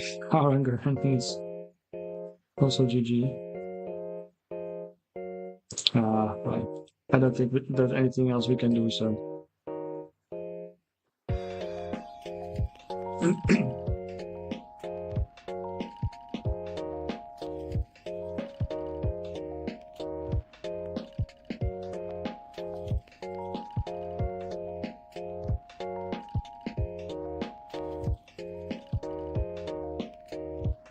So, luckily you don't have to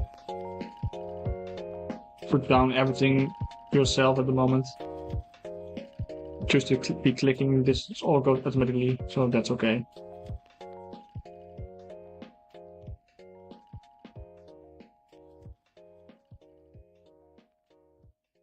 So, Hungary, me, and then...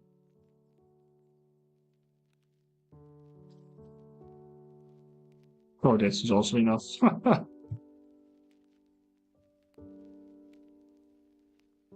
Even if they didn't have the hunger, they make sure that I would play a little weirdly.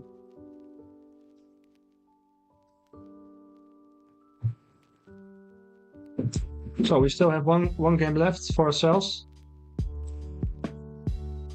Oh, I see Popiat here.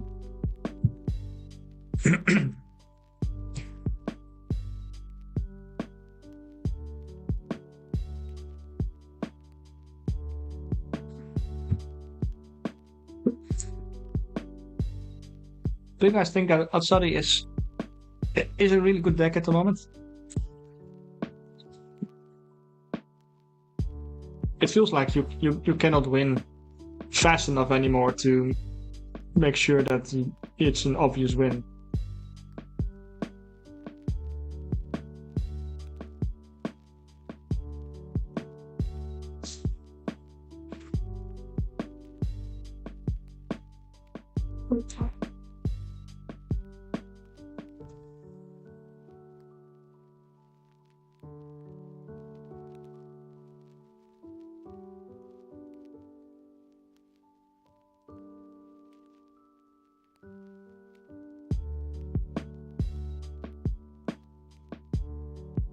Oh no, why would you do that? The Trace is playing everything in the field. Another hunger would be devastating.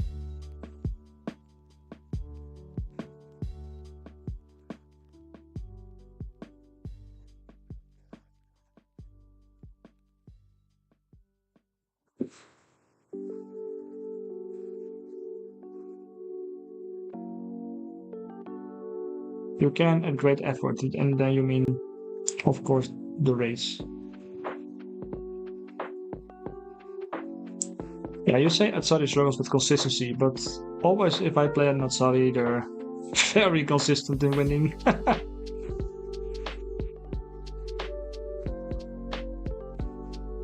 I think I'm going to play Atsari for a bit to just make sure that.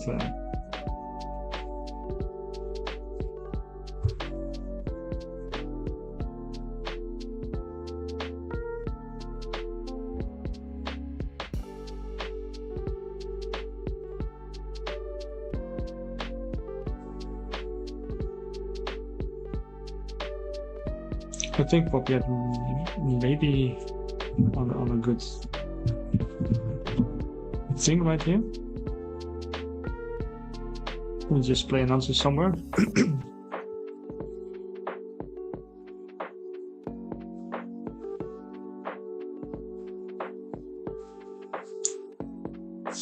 Yeah, my ramp is always in about 20 cards unless I'm playing. Yikes. It's a skill issue.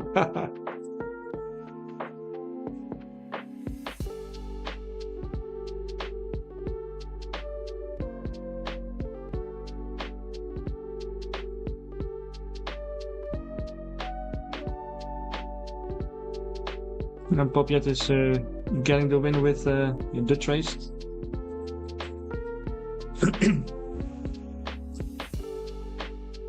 Let me show them in the Discord, and I will have a look. I will of course use my header that also got some double mana.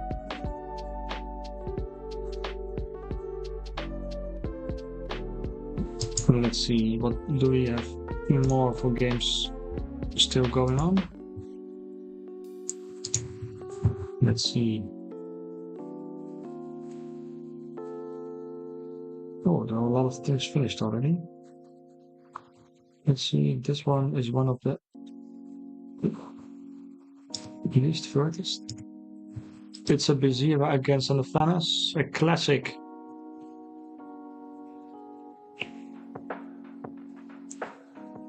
A classic matchup for me at least. With nothing in the reserve for the BGA player.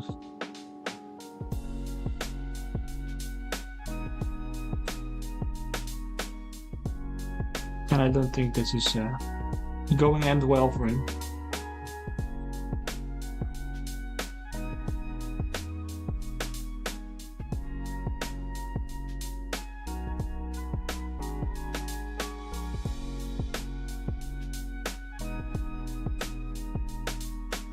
Oh yeah, nice.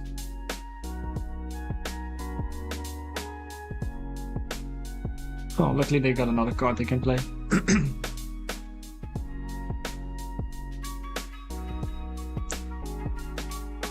So I think this matchup will be better for BGA as soon as Athanas gets nerfed. I think it really helps a lot.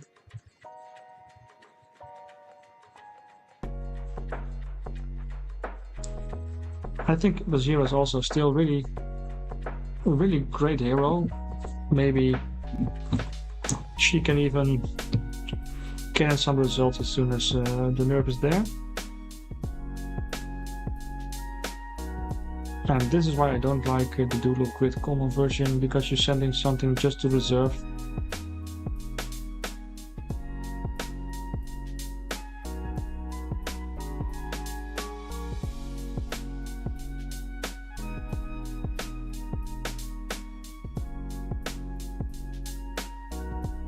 I'm wondering what of the things that he will choose, because you really do not really care about the mage sensor maybe, but it grows really quickly. But for 1 mana it's back.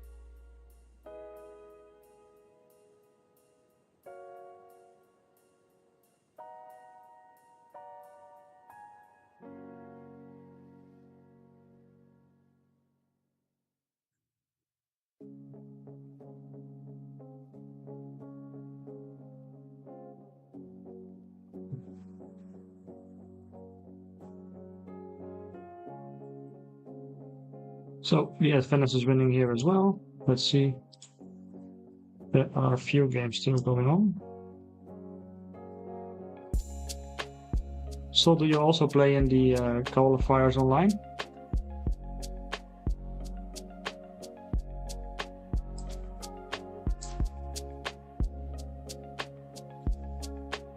And here we see we just the last day of an American People Gag again on the funnels.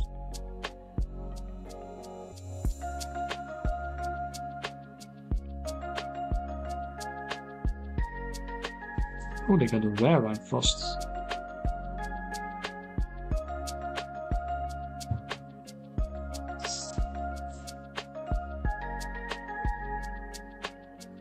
So, could the Auric player get it over the finish line here?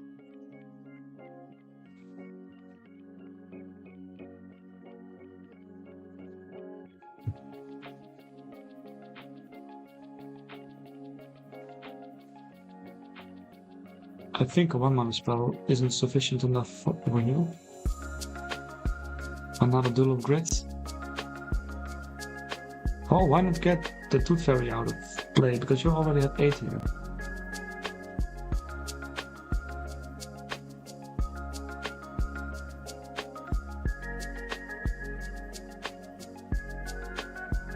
Oh, very lucky. If it was like something like a Joyride or something, then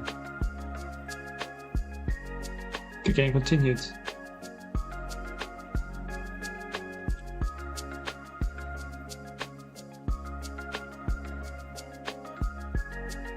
So we're moving up to the AQZ Giddy Papu. Well, let's see what he's bringing to the table. He sounds like an Avanus player to me.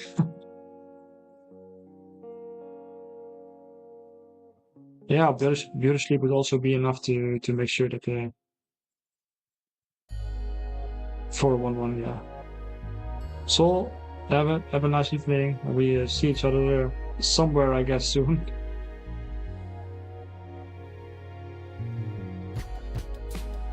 Yeah, I don't have Discord on, I think, at the moment. Oh, I do. I will have a look at it later. Thank you.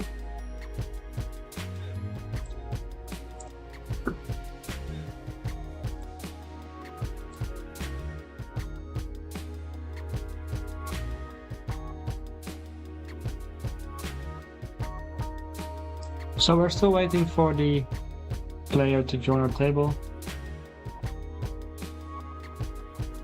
Oh. So I think this was our last game, will be our last game for the tournament. Why is this on? Let's see. It's a 5-round, right? Yeah. Really sad to hear that the AQZ series will be discontinued later this season.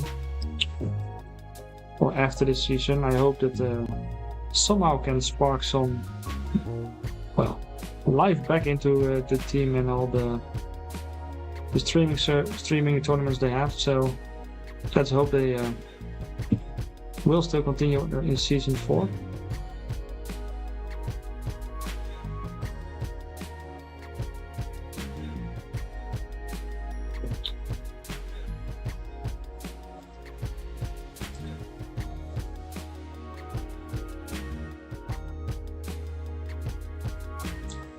So for the upcoming week, there is, I think, the American first the championship as well, just to see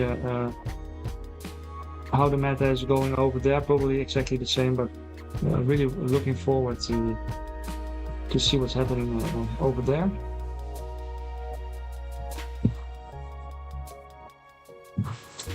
I'm not really sure if our opponent is wanting to join in if we drop. Just gonna have a little look. Let's see, we are playing AQZ. Where are you, mister? Well, he hasn't dropped yet, but he also isn't at the table at the moment. So for myself, I just a little bit, well, looking for my deck to play in the online tournaments.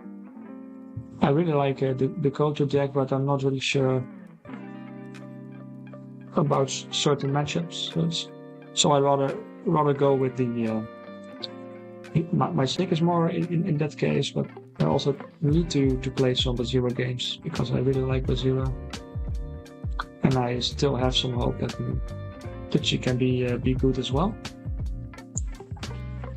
So we are still waiting for my own game to start. Not really sure how long this is. The wait is there, but let's see.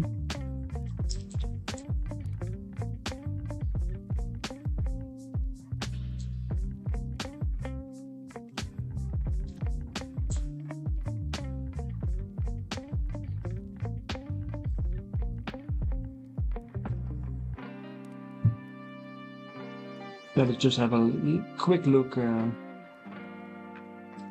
here.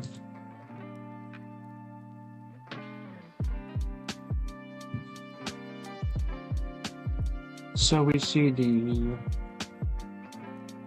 Teja playing going anchoring well. And the Bazira player is trying to get in a win from one of the two sides.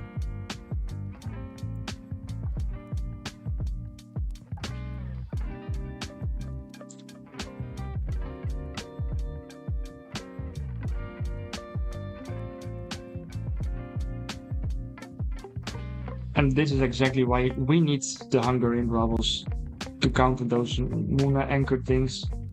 Otherwise, there is no way you keep up with them.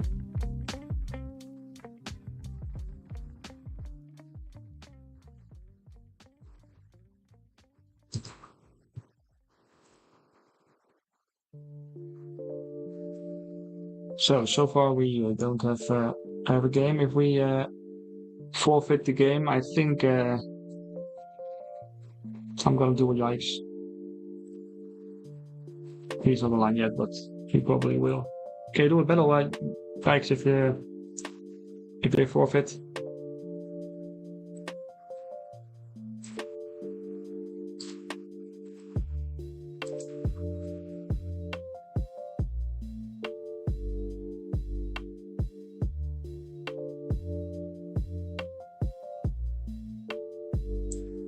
There is another unique.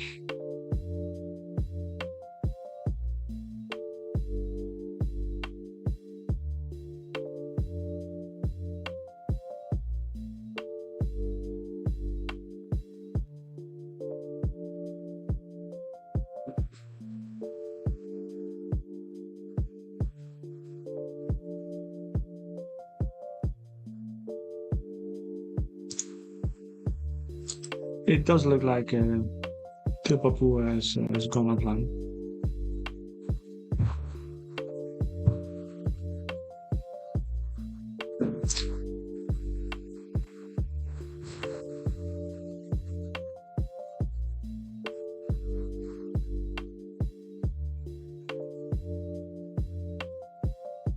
So this will probably be played. Get a ball boost. Keep this anchor again. You do control 2 more boosts, so this one's gonna boost. Gonna anchor something else again. Nice.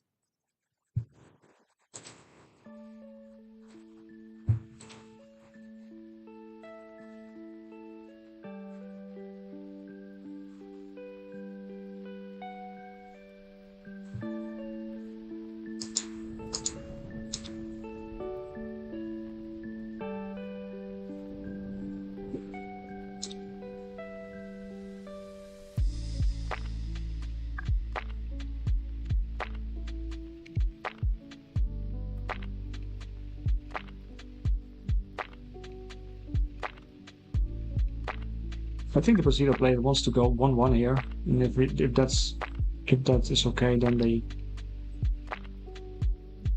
Oh, it's also. Oh well.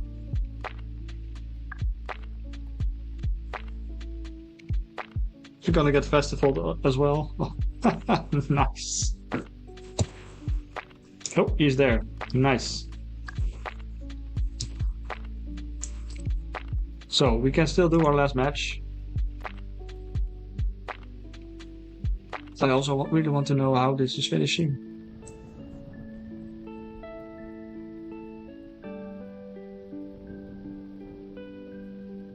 So I think it might actually be a Bastion Rabbit play, maybe into a Pathfinder, so the Hunger can go.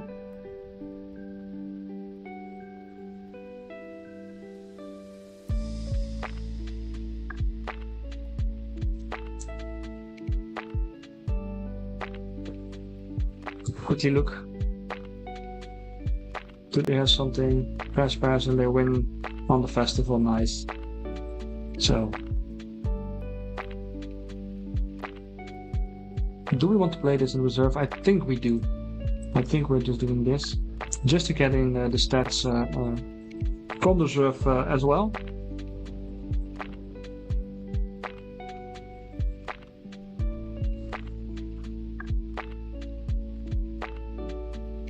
I was joking, we don't get it into reserve, but that's okay.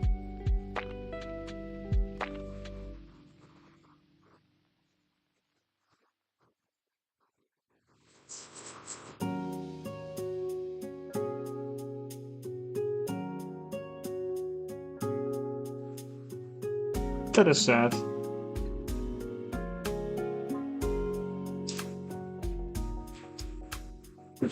So we got enough landmarks at the moment, sadly.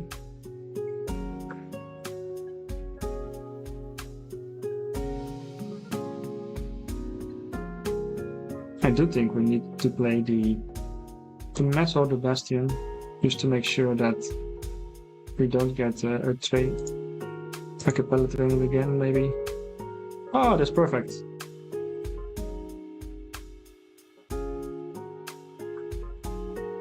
We're a little bit lucky here. We could have been punished here heavily.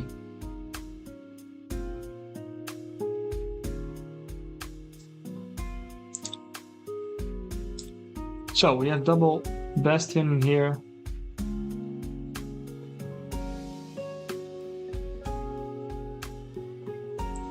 So that gets to a 3-5-3. Is there something we don't mind going into? Let's see. It doesn't really matter, right? 3-5-3.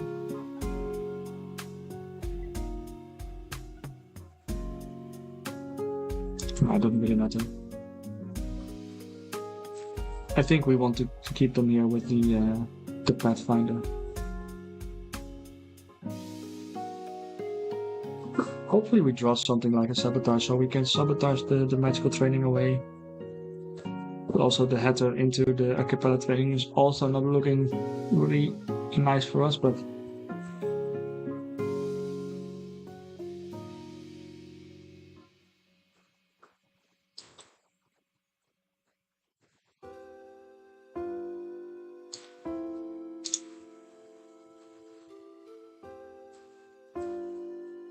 really nice for us, but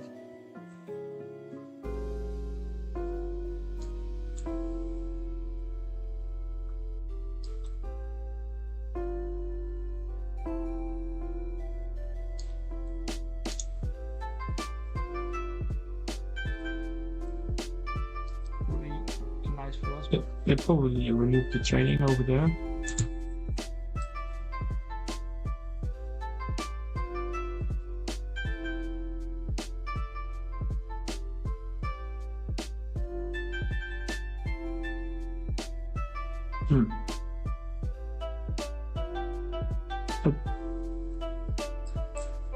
I think we did it right, and then we'll get at least the Mighty Gym.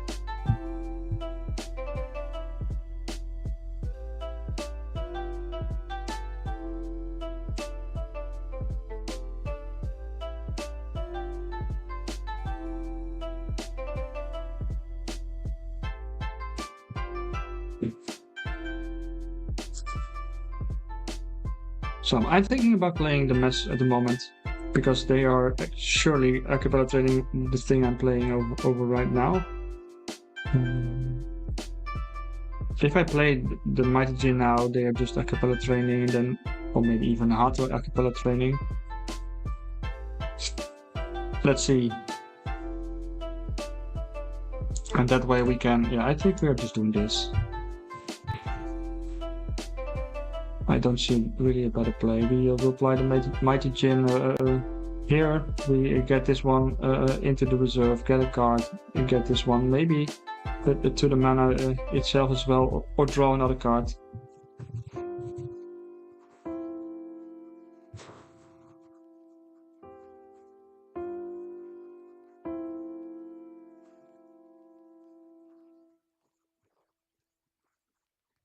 So let's see what they want to do.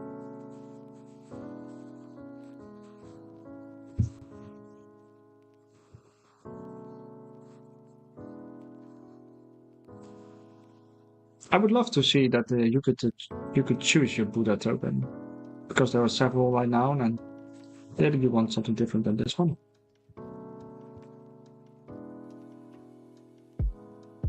Also like to recruit.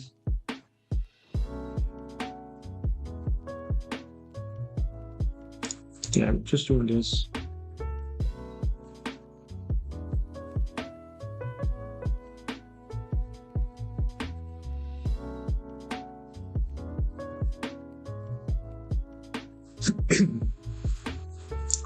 They might play the header into the Anansi for sure. Getting this one back, play this one. That way we have some sort of card advantage still. I think we played it into the mana and then hope we can draw something good of it.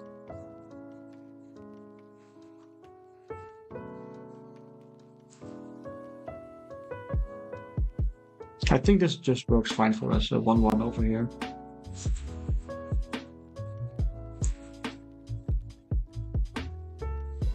So I will at least target one thing to reserve. To draw a card.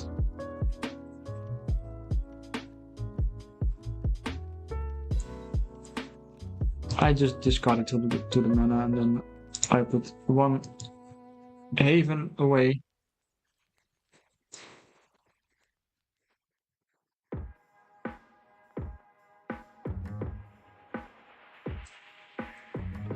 Based on our card advantage, do we remove something? Because if they are sabotaging this one over there, we don't have a lot of play, so I'm just gonna do this.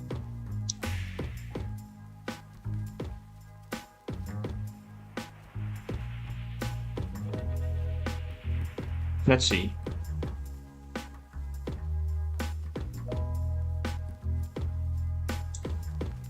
We might be able to block them over there.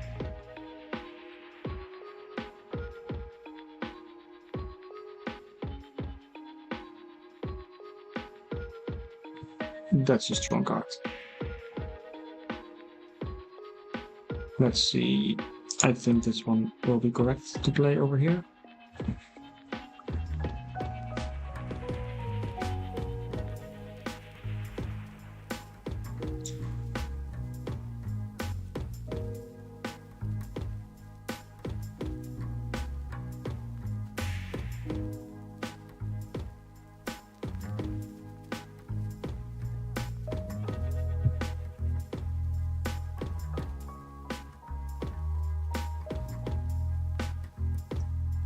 I can anchor something.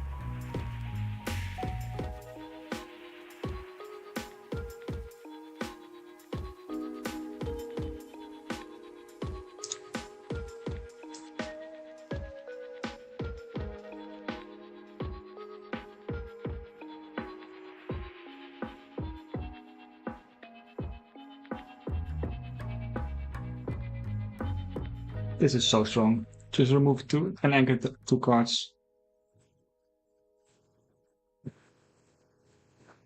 But luckily we move out to bottom here. They probably give this one to give this one fleeting. Why? They could draw a card. I'm not really sure if that was the play for them.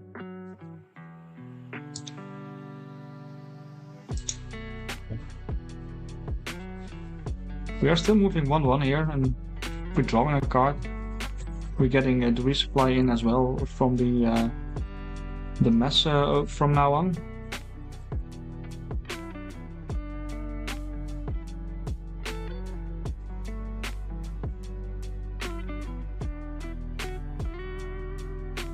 Hopefully we draw a sabotage or something. Yeah, that's also great, but we still need a 3-cost thing, or we're never lucky, of course.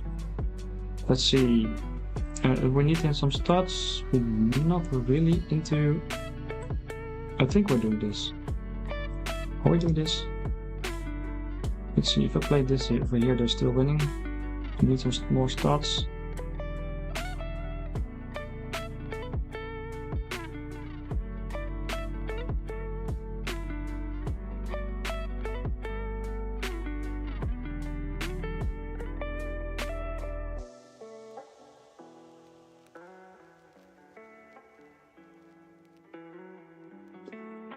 I really need a 3-cost character. We have so many things. I think I will mana Chiron for the moment.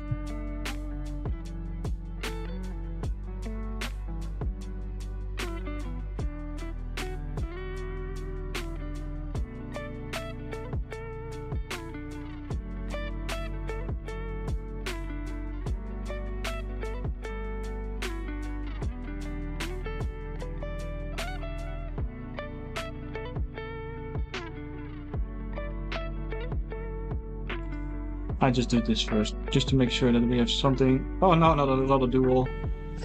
And we still don't have a 3-cost card here. Let's see.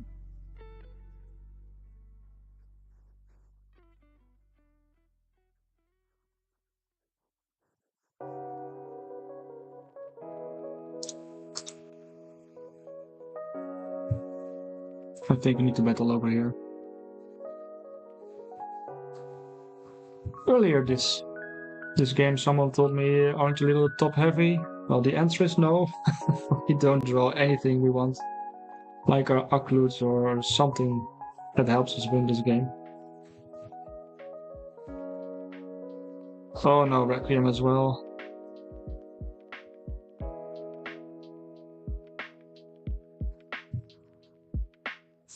Luckily they can play all, so I'm just gonna do this.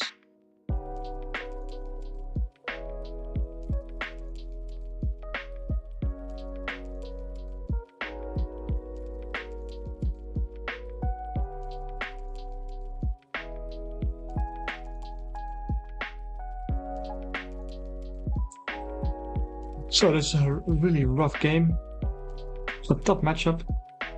I think if we go 1-1 over now, and we might get 1-1 next turn, then put the Buddha out, we might be able to pressure him a little bit. They really need to target the mess. That's the only thing they really want to target. Why are you doing this?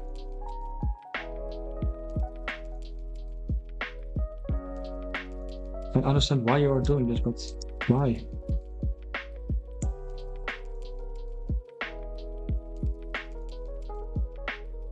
You're just getting 1-1 over here.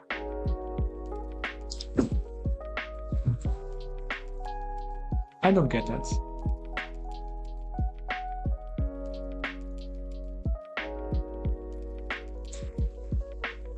So they are removing the backband order, I guess.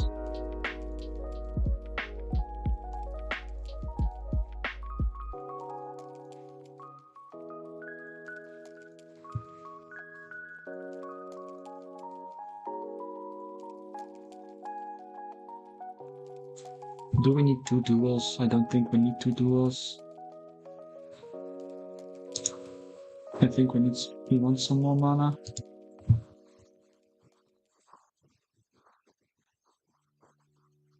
They're getting to.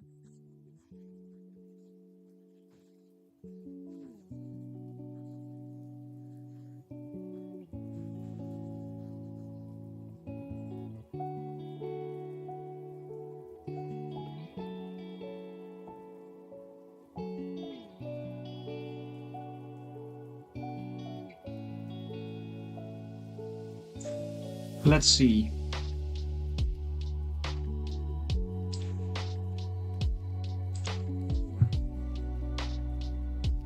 I'm playing the AQZ just to make sure that the Anansi is not getting removed from the reserve.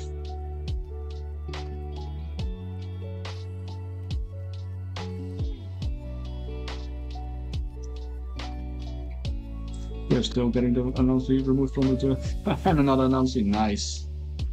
I like it. So now I need to count. They have like...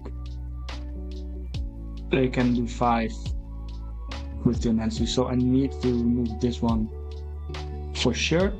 So they don't get anchored. But I also might just remove that one. Let's see.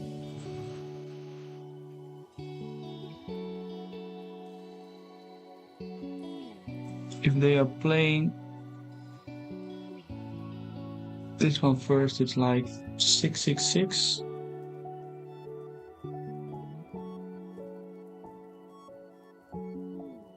Just have a look what this one brings. It's another AQZ. And that can actually make sure that we... Yes. I think this is the play. We can target this one. And we can target this one. And now they can only play an Anansi.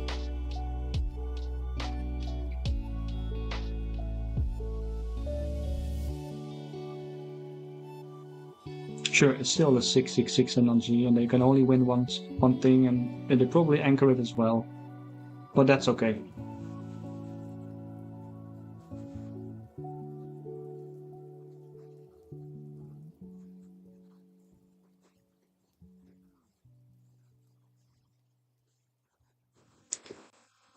Oh man, if we draw into the hunger now, I would prefer that.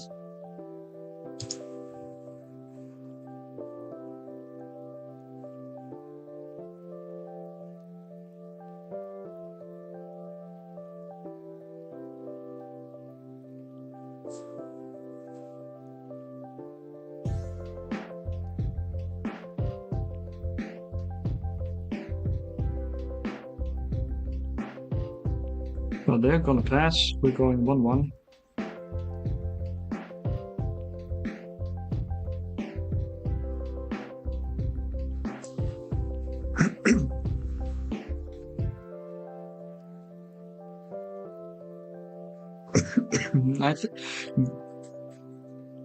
So they will keep both announcers, and those announcers will both be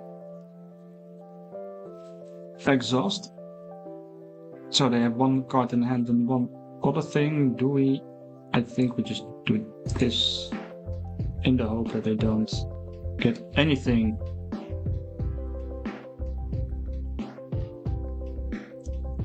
Just move this one away.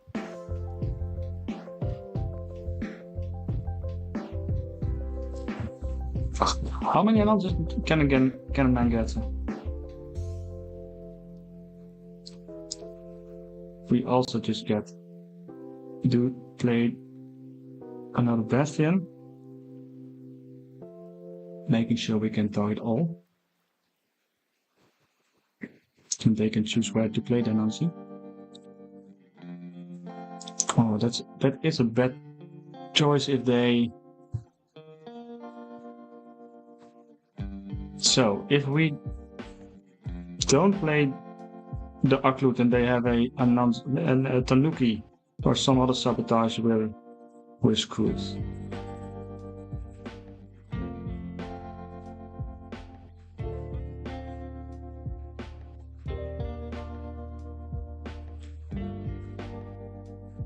I'm just going for it and hoping that they don't have it. There is the Hero's Guide to Asgarda. Good evening, guys. Oh no, we're punished. It's so sad.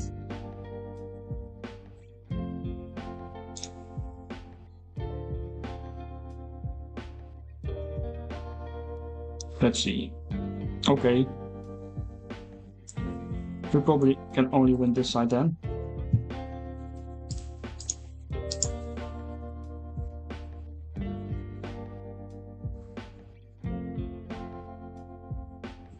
So are we showcasing our deck from AQZ? Yeah, well, this is AQZ, so we are showcasing that one for now.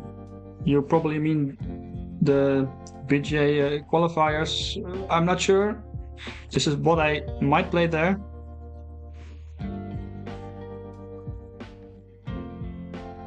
Let's see. Is there something I can do over there?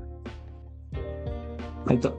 And if we place this one over here, it's like a 3-3-3, so we only need 6.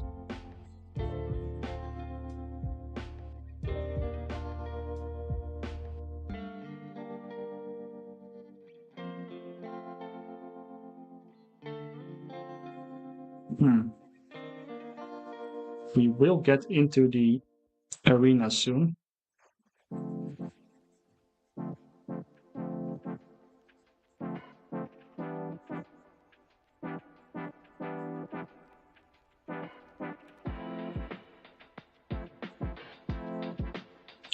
We have enough to play this one over here. Then it's like 1, 2, 3 boost. It's a 5-5-5. And they probably play this one over here. I think we need to do this to make sure that they need to play the Anansi.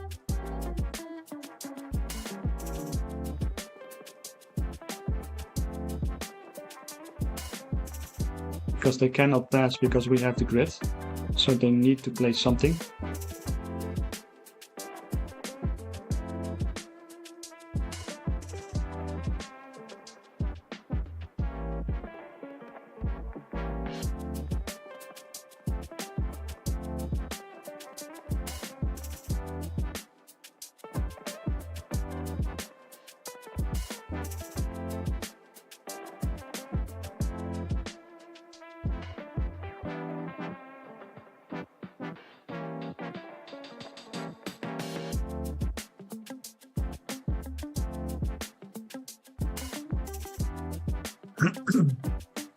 We could have played it on campaign side to make sure that we went 1-1 for sure, but now they need to play the Anansi on one side to make sure that they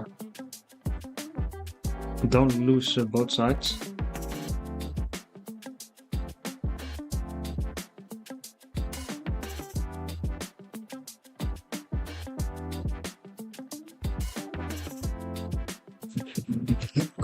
Let's see what they do here.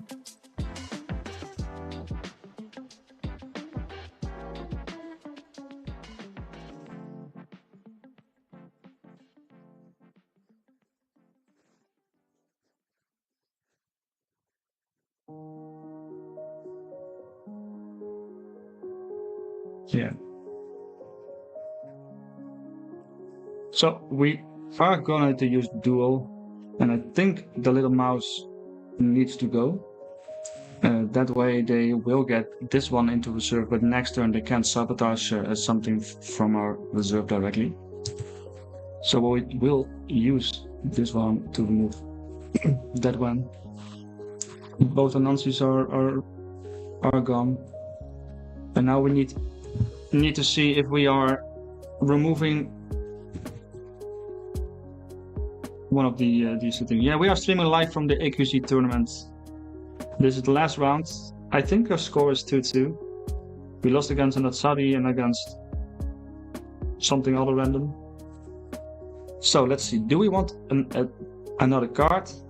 This one is a 3-3 for 3 mana. Or do we want the stats? They only draw 1, they resupply 1. There is no bouncer. Is there a bouncer left? There's no outlook left. There's no bouncer left.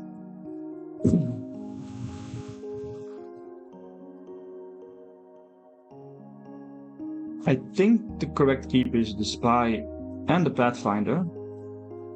And then we get 2 cards and then we can keep that. I think the mess is gone for now. So I confirmed this one. As we want to have a lot of stats into this arena, and those two will give us a lot of stats at the moment. I will not get anything into mana. Well, we are very lucky to have that Martingale over there.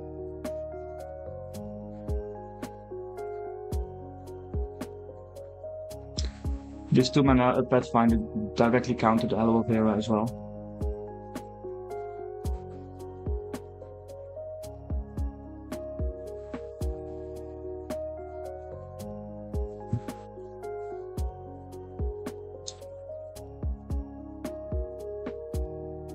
It comes down to what they got in hand. Maybe they got a really good hand card, but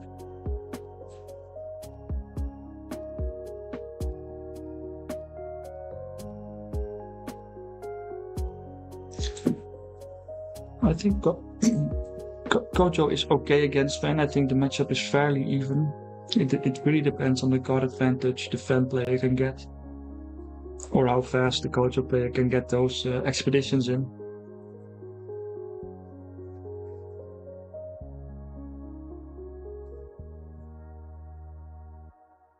I played for the Tumble Championships for the Trial by Frost. I played against a mate of mine.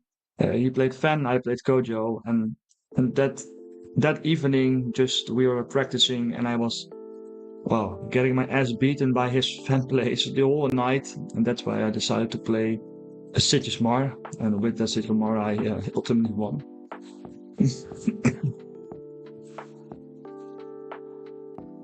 And he didn't bring his Fan back, so that was a little bit sad. So he's gonna do some training, and we are placing this over here.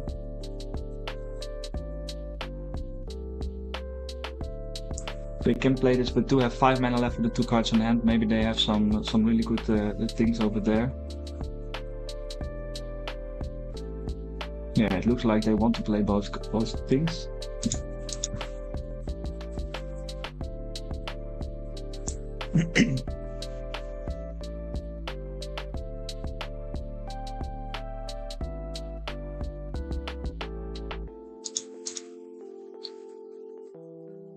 I think we might have enough stats, but I'm not really sure. And they got another Aloe Vera, and we will take it over here.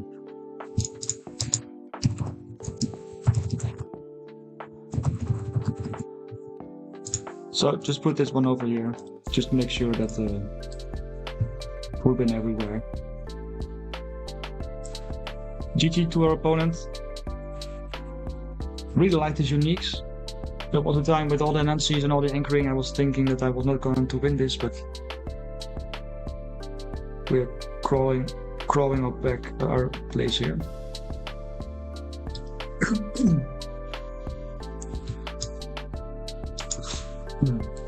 Let's see,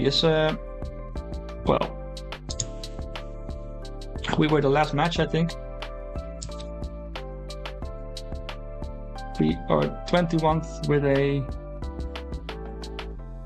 3-5 score at the moment. That's okay.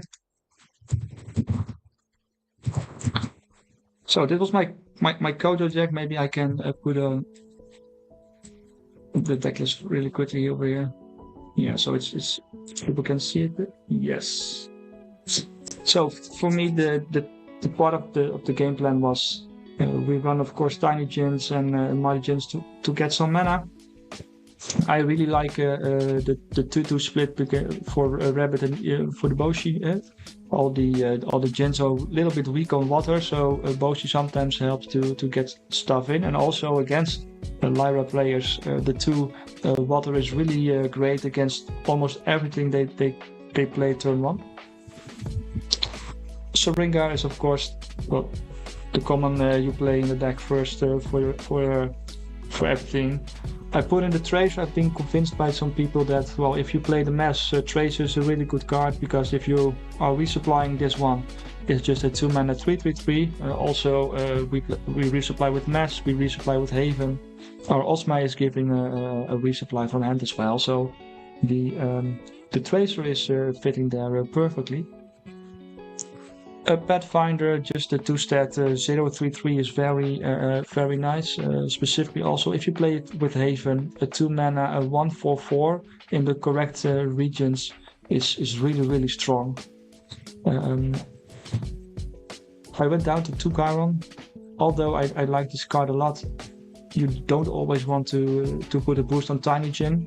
If you don't put the boost on Tiny Gin, this card is a little bit just a 2-mana 2/2 with the boost somewhere else, so I cut it to 2. One of my uniques, the 3 Little Pigs, it's specifically good when you're playing with Buddha.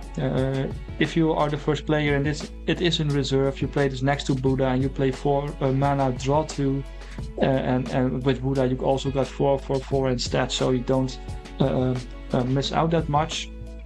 A really nice card. A Spy, again, if you resupply it, it's better than the Tooth Fairy. My Osma just draws and resupplies, and also have some high stats, so it's really great to play that also with water. Bouncer is just overall a really good card. It's from reserve just a 3/3, and the Sabotage, it's from hand. It's really needed. I am going to look to the Harpooner. I'm not really sure how you call it in English, but the card that got revealed in the next set. Maybe that one will replace this one. Mighty Djinn, first time I almost always draw a card, second time almost in the mana. AQZ, I was expecting a lot of Traced and a lot of, well, matchups. This card would be very good. That's why I use AQZ. Just to make sure that I can exhaust things. I need to cut 1 Haven for a Cylinder, just to make sure that I can also exhaust 2 from hand. And also the Boshi is very helpful for that as well. Well, my Mighty Djinn just drawing some cards and afterwards into the mana zone. And the Hunger just to get rid of all the anchors, all the resupply, all the permanents against some of the heroes. Of course, Duel of Grit, best removal for Brothels in the game. I can't see myself running less than 3 rares. And Intimidation, just, well, to finish things off. So that's my deck list, and I think I'm well, fairly okay with it. A little bit, well, some matchups are probably a little bit well, harder to win with this setup, but I'm okay with this. So thank you for watching the stream and for the AQZ. I will probably see you soon. Bye bye.